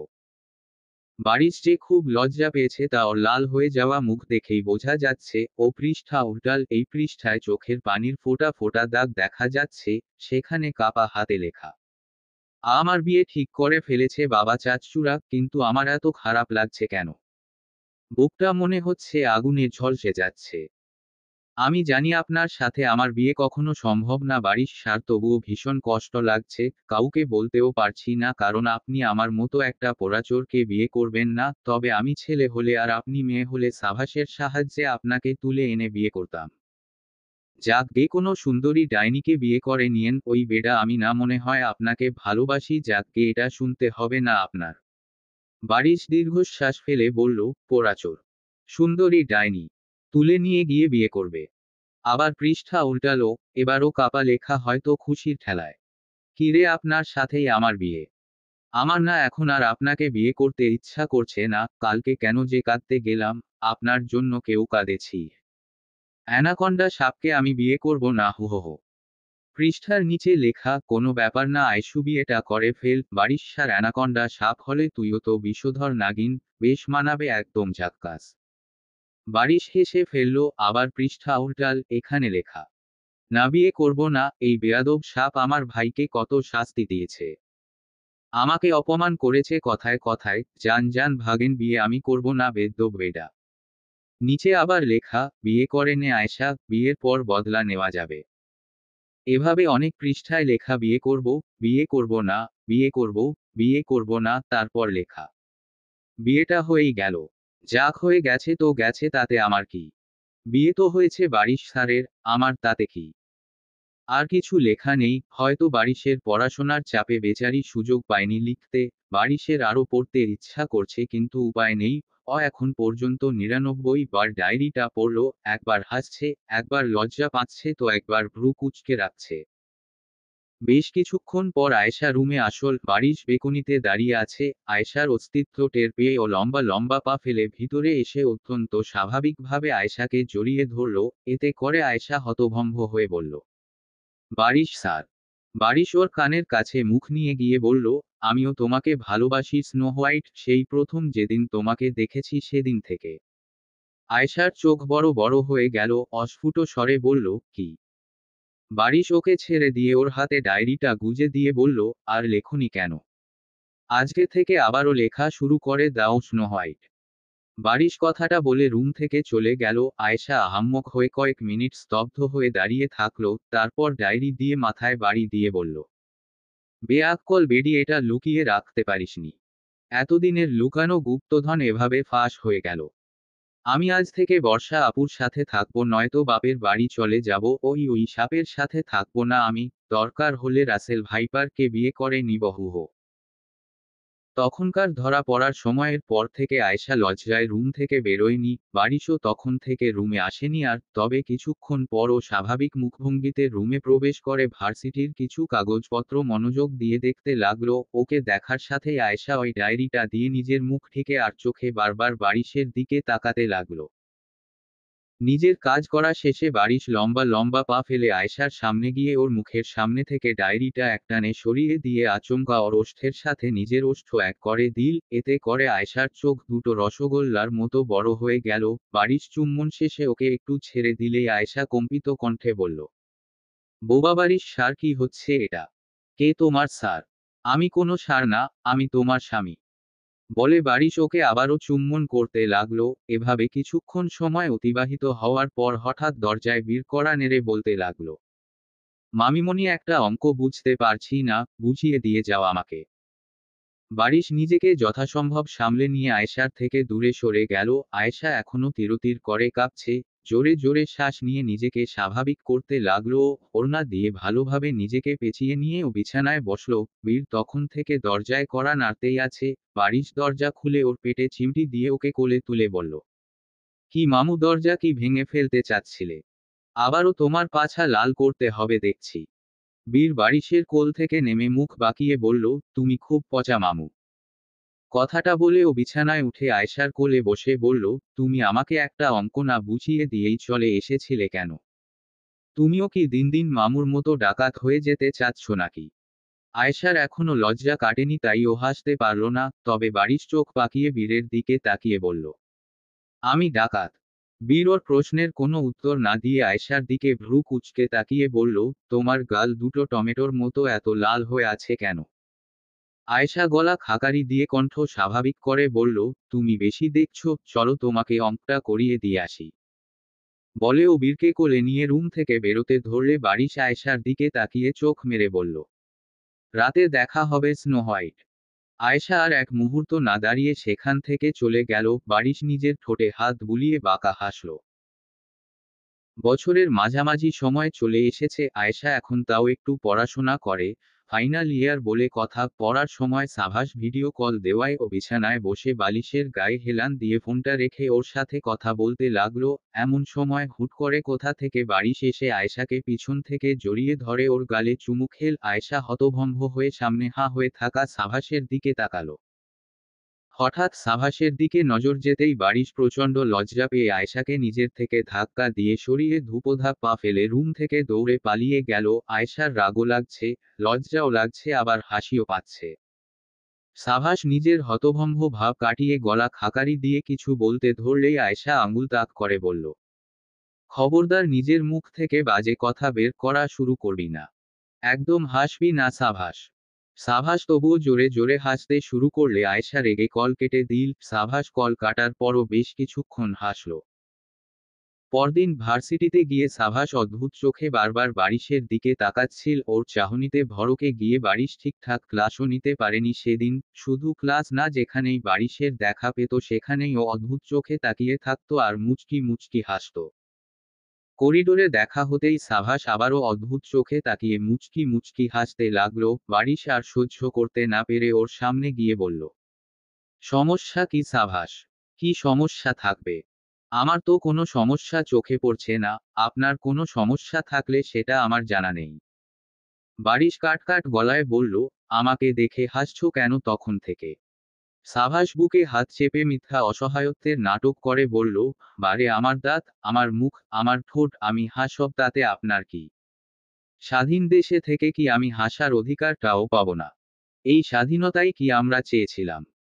বারিশ গম্ভীর মুখে সাভাসের দিকে কয়েক পলক তাকিয়ে থেকে লম্বা লম্বা পা ফেলে ওর সামনে থেকে চলে গেল। তা দেখে সাভাস হাসতে হাসতে বলল, দুলা ব্রোর সাথে যদি একটু মজাই না করি তাহলে শালা হয়ে লাভ কি হলো?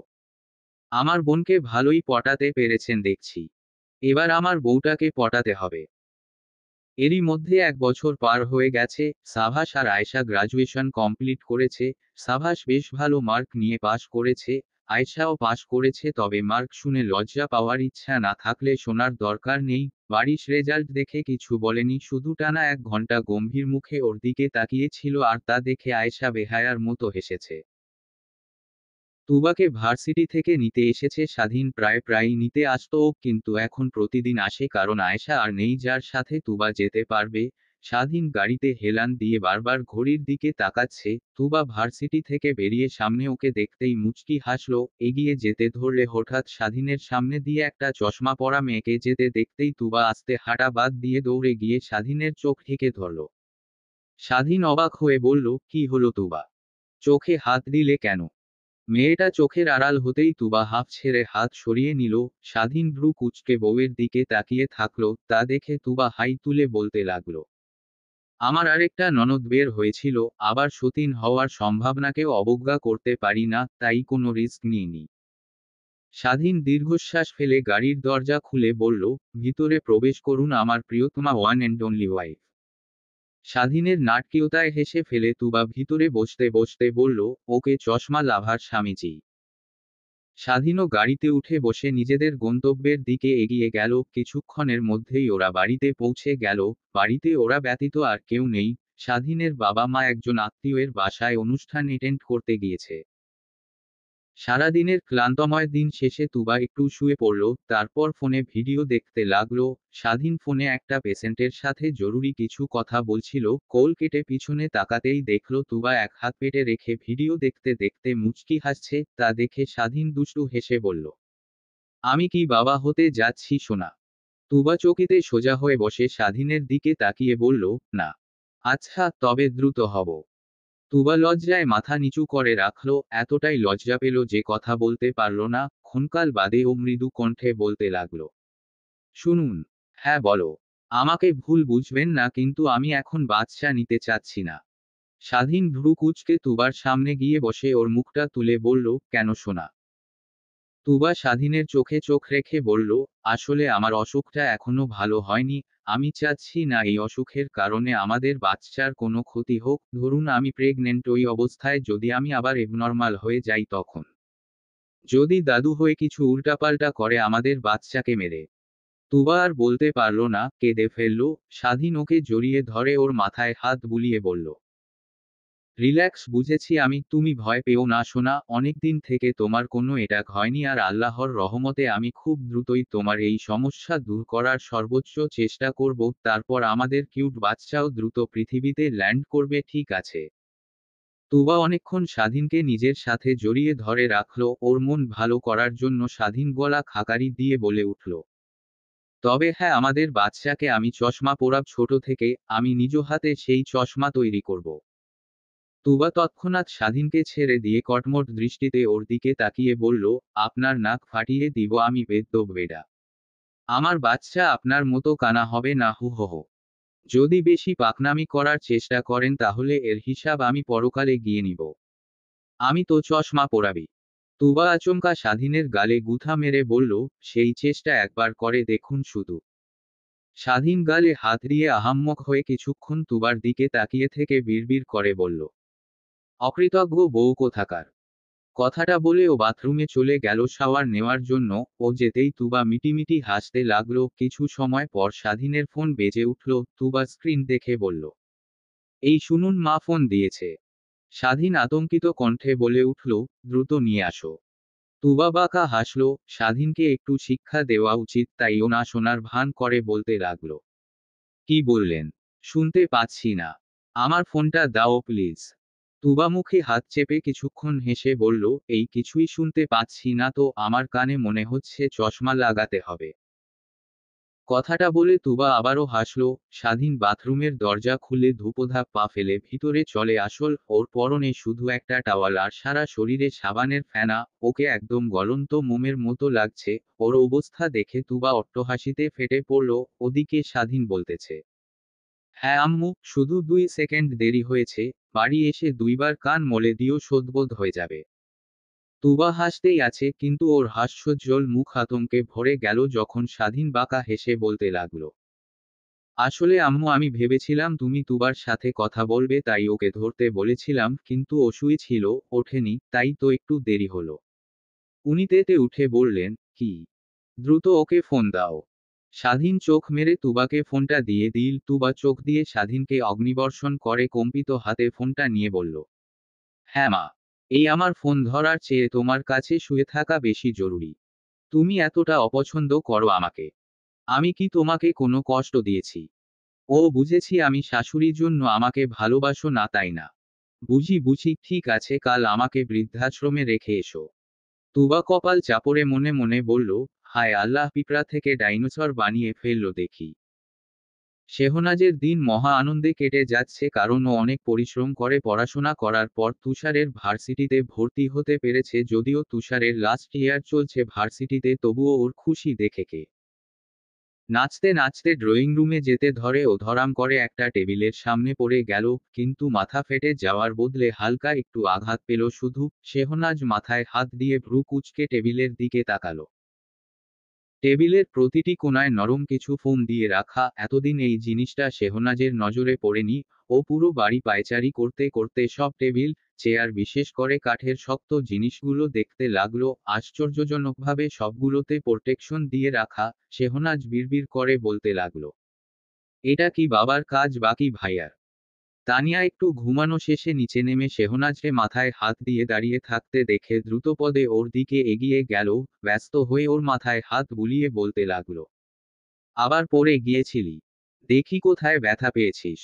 শেহনাজ সামান্য হেসে বলল, পরে তো গিয়েছিলাম কিন্তু ব্যথা পাইনি। তুমি হাইপার হো না ছোট মা। তানিয়া ওকে সোফায় নিয়ে গিয়ে বসাল। দুজনে কিছুক্ষণ চুপচাপ বসে থাকলো। হঠাৎ শেহনাজ বলে উঠল, আচ্ছা ছোট মা, আমার কি সমস্যা বলো তো? তানিয়া ভ্রু কুঁচকে বলল, কি সমস্যা হবে? মানে বলতে চাচ্ছি, কেউ তো আমার মতো এভাবে পড়ে যায় না, তাহলে আমি কেন শুধু শুধু পড়ে যাই ছোট মা?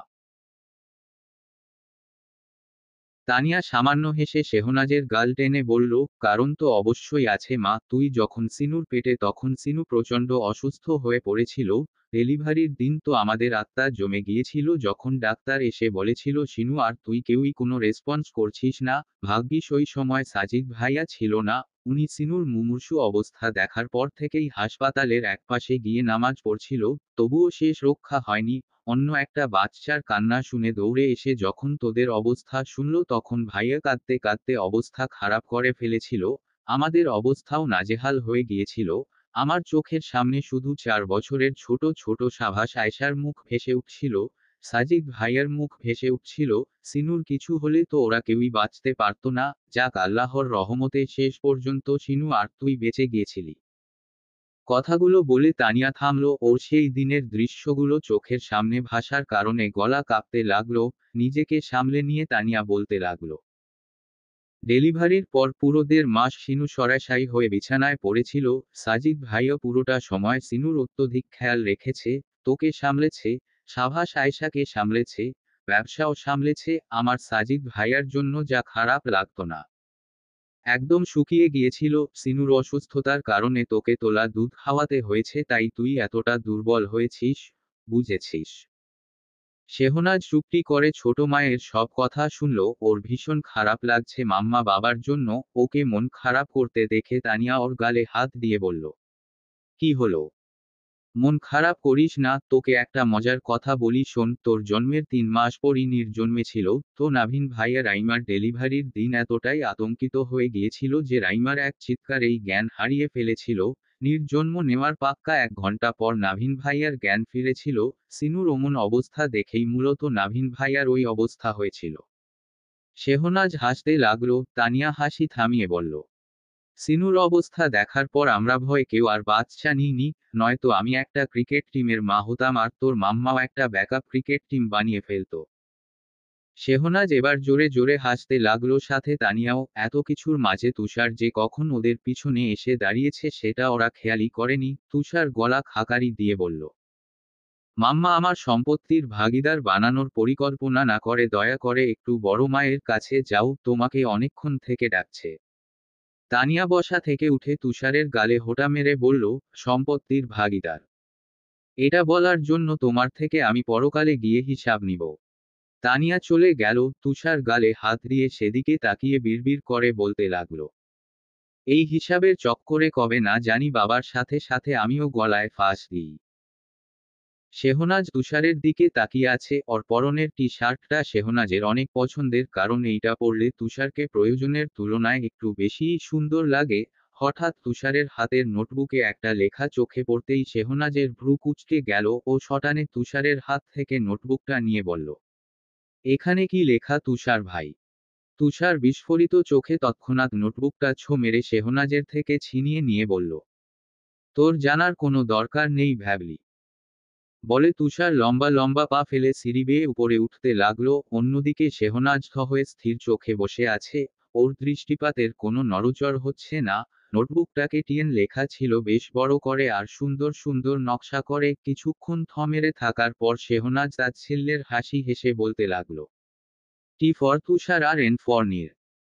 কথাটা শেষ হতেই শেহনাজের কর্নিশ বেয়ে টপটপ করে পানি পড়তে লাগলো, কেউ দেখে ফেলার আগেই সেটা মুছে নিয়ে শেহনাজ দৌড়ে নিজের রুমে চলে গেল। বেশ কিছুক্ষণ একা একা কান্না করার পর শেহনাজ চোখ মুখ পানি দিয়ে ধুয়ে বিছানায় চুপ করে বসে থাকলো। হুট করে বিছানা থেকে উঠে ও সোজা চারতলায় চলে গেল। লাইব্রেরি রুমে ঢুকে ও কাঙ্ক্ষিত মানুষটাকে খুঁজতে লাগলো। খুঁজে পেতেই দৌড়ে গিয়ে বাবাকে জড়িয়ে ধরল। আচমকা এমন ঘটনায় সাজিদ চমকে উঠে বলল, কি ব্যাপার ছোট আম্মুজান? শেহনাজ কোনো উত্তর না দিয়ে ঘাপটি মেরে বাবাকে জড়িয়ে ধরে থাকলো। সাজিদ ওর মাথায় হাত দিয়ে বলল, তোমার মাম্মা বকা দিয়েছে তোমাকে? দিলে বলো আমিও গিয়ে দুইটা ধমক দিয়ে আসি তোমার মাম্মাকে। শেহনাজ মুখে কিছু না বলে মাথা ডানে বামে ঘুরিয়ে না বোঝালো। কয়েক সেকেন্ড দুজনেই নীরব থাকলো। তারপর শেহনাজ নীরবতা ভেঙে বলল, আজ হঠাৎ তোমাকে জড়িয়ে ধরতে ভীষণ ইচ্ছা করছিল বাবা। সাজিদ সামান্য হেসে বলল, আমার সেজু এখনো ছোট্ট সেজুই রয়ে গেছে দেখছি, তোমার যখন ইচ্ছা হবে আমার কাছে চলে এসো ছোট আম্মুজান। তুষার কিছু বই নেওয়ার জন্য লাইব্রেরি এসে সামনের দৃশ্য দেখে মুচকি হাসল। ওদের দুজনকে কোনরূপ ডিস্টার্ব না করে ও প্রয়োজনীয় বইগুলো নিয়ে চলে যেতে ধরলেই হঠাৎ মেহমেদ ওর সামনে এসে বলল, দেখে কিছু শেখো, হোয়াট এভার তুমিও তো আমাকে মাঝে মাঝে জড়িয়ে ধরতে পারো নাকি? তুষার শান্ত চোখে কিছুক্ষণ বাবার দিকে তাকিয়ে থেকে বলল, আমি মেয়ে না বাবা, আমার অত ইমোশন নেই। বলে ও চলে গেল। ওর গমনপথের দিকে তাকিয়ে মেহমেদ দীর্ঘশ্বাস ফেলে বলল, যাহ বাবা, ভাই বউ ছেলে কেউই পাত্তা দেয় না দেখছি, হোয়াটেভার নাতি নাতনি এখন আমার শেষ ভরসা। আয়েশা বারিশের কিছু শার্ট ইস্ত্রি করে সেগুলো সুন্দর করে গুছিয়ে কাবার্ডে রেখে দিল। তারপর বিছানায় শুয়ে গা এলিয়ে দিতেই ওর ফোন বেজে উঠল। স্ক্রিনে সেজু নামটা দেখতেই ওর মুখে হাসি ছড়িয়ে পড়ল। দ্রুত ফোন রিসিভ করে বলল, কি ব্যাপার বনু? এতদিন পর মনে পড়ল আমাকে? শেহনাজ কান্না আটকে বলল, আপু। ওর কণ্ঠ শুনে আয়েশা বিচলিত হয়ে বলল, কিছু হয়েছে বনু? উহু, শুধু তোমাকে খুব মনে পড়ছে। আমার মন খারাপ হলে তুমি এক চুটকিতেই সেটা ভালো করে দিতে, কিন্তু এখন তুমি আমার পাশে নেই কেন? আয়েশার মনটা খারাপ হয়ে গেল। হতাশ কণ্ঠে বলল, সেজু আমিও তোকে খুব মিস করি কিন্তু কি করতে পারি বল। বিয়ের পর অন্যের বাড়িতে আসতেই হবে, এটাই যে নিয়ম। তাহলে বারিশ ভাইয়াকে আমাদের বাড়িতে নিয়ে আসতে পারোনি? আজ থেকে ছেলেরা অন্যের বাড়িতে যাবে, মেয়েরা না হো হো। আয়েশা হেসে উঠে বলল, অরে আমার ভ্যাবলি রে, কি শখ তোর? এভাবে বেশ কিছুক্ষণ কথা বলে আয়েশা ফোন কেটে দিল, কিন্তু ওর মুখের হাসি হারিয়ে গেল। ও খুব করে জানে শেহনাজের আজ ভীষণ মন খারাপ। কণ্ঠ শুনেই বুঝেছে ও। এতে করে আয়েশারও মন বেজার হয়ে গেল। বারিশ রুমে এসে বউয়ের থতমত মুখটা দেখে কপাল কুঁচকে ফেলল। নিজের পোশাক নিয়ে বাথরুমে চলে গেল শাওয়ার নেওয়ার জন্য। গোসল শেষে বেরিয়ে এসে বউয়ের অপরিবর্তিত মুখশ্রী দেখে বারিশ ধীর পায়ে ওর সামনে এসে বসে বলল, তুমি কি কোনোভাবে অসন্তুষ্ট? আয়েশা ভ্রু কুঁচকে বলল, কেন বলুন তো? আমি তোমার বাবার মতো বড়লোক না আয়েশা, অনেক স্ট্রাগল করে এই পর্যায়ে এসেছি। তবুও যতটুকু সম্ভব আমি তোমার সব চাহিদা পূরণ করার সর্বোচ্চ চেষ্টা করব। যদি কোনো চাহিদা পূরণ করতে ব্যর্থ হই তাহলে আমাকে একটু সময় দিও, তবুও কখনো মন খারাপ করে থেকো না, আর সবচেয়ে বড় কথা আমাকে ছেড়ে কখনো যেও না। আয়েশা বারিশের সন্নিকটে গিয়ে ওর দু গালে হাত রেখে বলল, এসব কথা বলছেন কেন? আমি কি কখনো অভিযোগ করেছি? আরে অভিযোগ করার মতো কোনো কারণই তো এখন পর্যন্ত খুঁজে পাইনি। তাহলে এভাবে মন খারাপ করে বসে আছো কেন? কাল অনলাইনে যে শাড়িটা পছন্দ করেছিলে সেটা কিনে দিইনি বলে? আয়েশা মুখ ভেঙচি কেটে বলল, ওই শাড়ি আমার কেনার ইচ্ছা হয়েছে, এটা আপনাকে কে বলল? আসলে সব অনলাইন প্রোডাক্টের মালিকদের সাথে আমি আজাইরা প্যাচাল পারি, কিন্তু শেষে কিছুই কিনি না, কেন জানেন? কারণ সরাসরি প্রাইজ বলতে চায় না ওরা, প্রাইজ শোনার জন্য ইনবক্সে চিপায় চাপায় ডাকে, তাই একটু শিক্ষা দিই। বারিশ চোখ সরু করে আয়েশার দিকে তাকিয়ে থাকলো। সেটা পাত্তা না দিয়ে আয়েশা বলে উঠল, আসলে ছোট বোনটার কথা ভীষণ মনে পড়ছে। ও আমার অনেক আদরের, ওর এতটুকু কষ্ট আমি সহ্য করতে পারি না। বারিশ মুচকি হেসে বলল, ঠিক আছে, কাল তোমায় ও বাড়িতে কয়েকদিনের জন্য রেখে আসবো। আয়েশা মুহূর্তেই খুশি হয়ে গেল। ক্ষণকাল বাদে আয়েশা কিছু একটা ভেবে উঠল, এই শুনুন, অনেক দিন থেকে একটা কথা ভাবছিলাম। আমার নাম আয়েশা মানে, আপনার নাম বারিশ মানে বি, আমরা হলাম এবি। হ্যাঁ তো? তো আমাদের এক বাচ্চার নাম ডিয়ার আর এক বাচ্চার নাম ভিলার্স রাখলে কেমন হয়? একদম ঝাক্কাস না? বাড়ির শীতল দৃষ্টিতে ওর হাস্যোজ্জ্বল মুখটার দিকে তাকিয়ে থেকে বলল, 5 মিনিট আগের পড়া মনে থাকে না আর 18 বছর আগে ক্রিকেটে রাজত্ব করা এবি ডিভিলিয়ার্সের কথা মনে আছে? এই তোমার কি একটুও লজ্জা করে না? আয়েশা হাই তুলে বলল, আমাকে পড়াশোনা ব্যতীত যা ইচ্ছা করতে বলুন আমি আছি, রান্না করা, কাপড় কাচা, সাভাসের সাথে ঝগড়া করা, কারো নাক ফাটিয়ে দেওয়া, কারো চুল টেনে ছিঁড়ে দেওয়া ব্লা ব্লা সবকিছুতেই আমি এক্সপার্ট। আসলে পড়াশোনা একটু অশ্লীল তো তাই ওটা পারি না। চলবে। গল্প, শুনলাম বসন্ত নাকি আবার এসেছে। লেখিকা, সিনথিয়া জাহান। তৃতীয় পর্ব।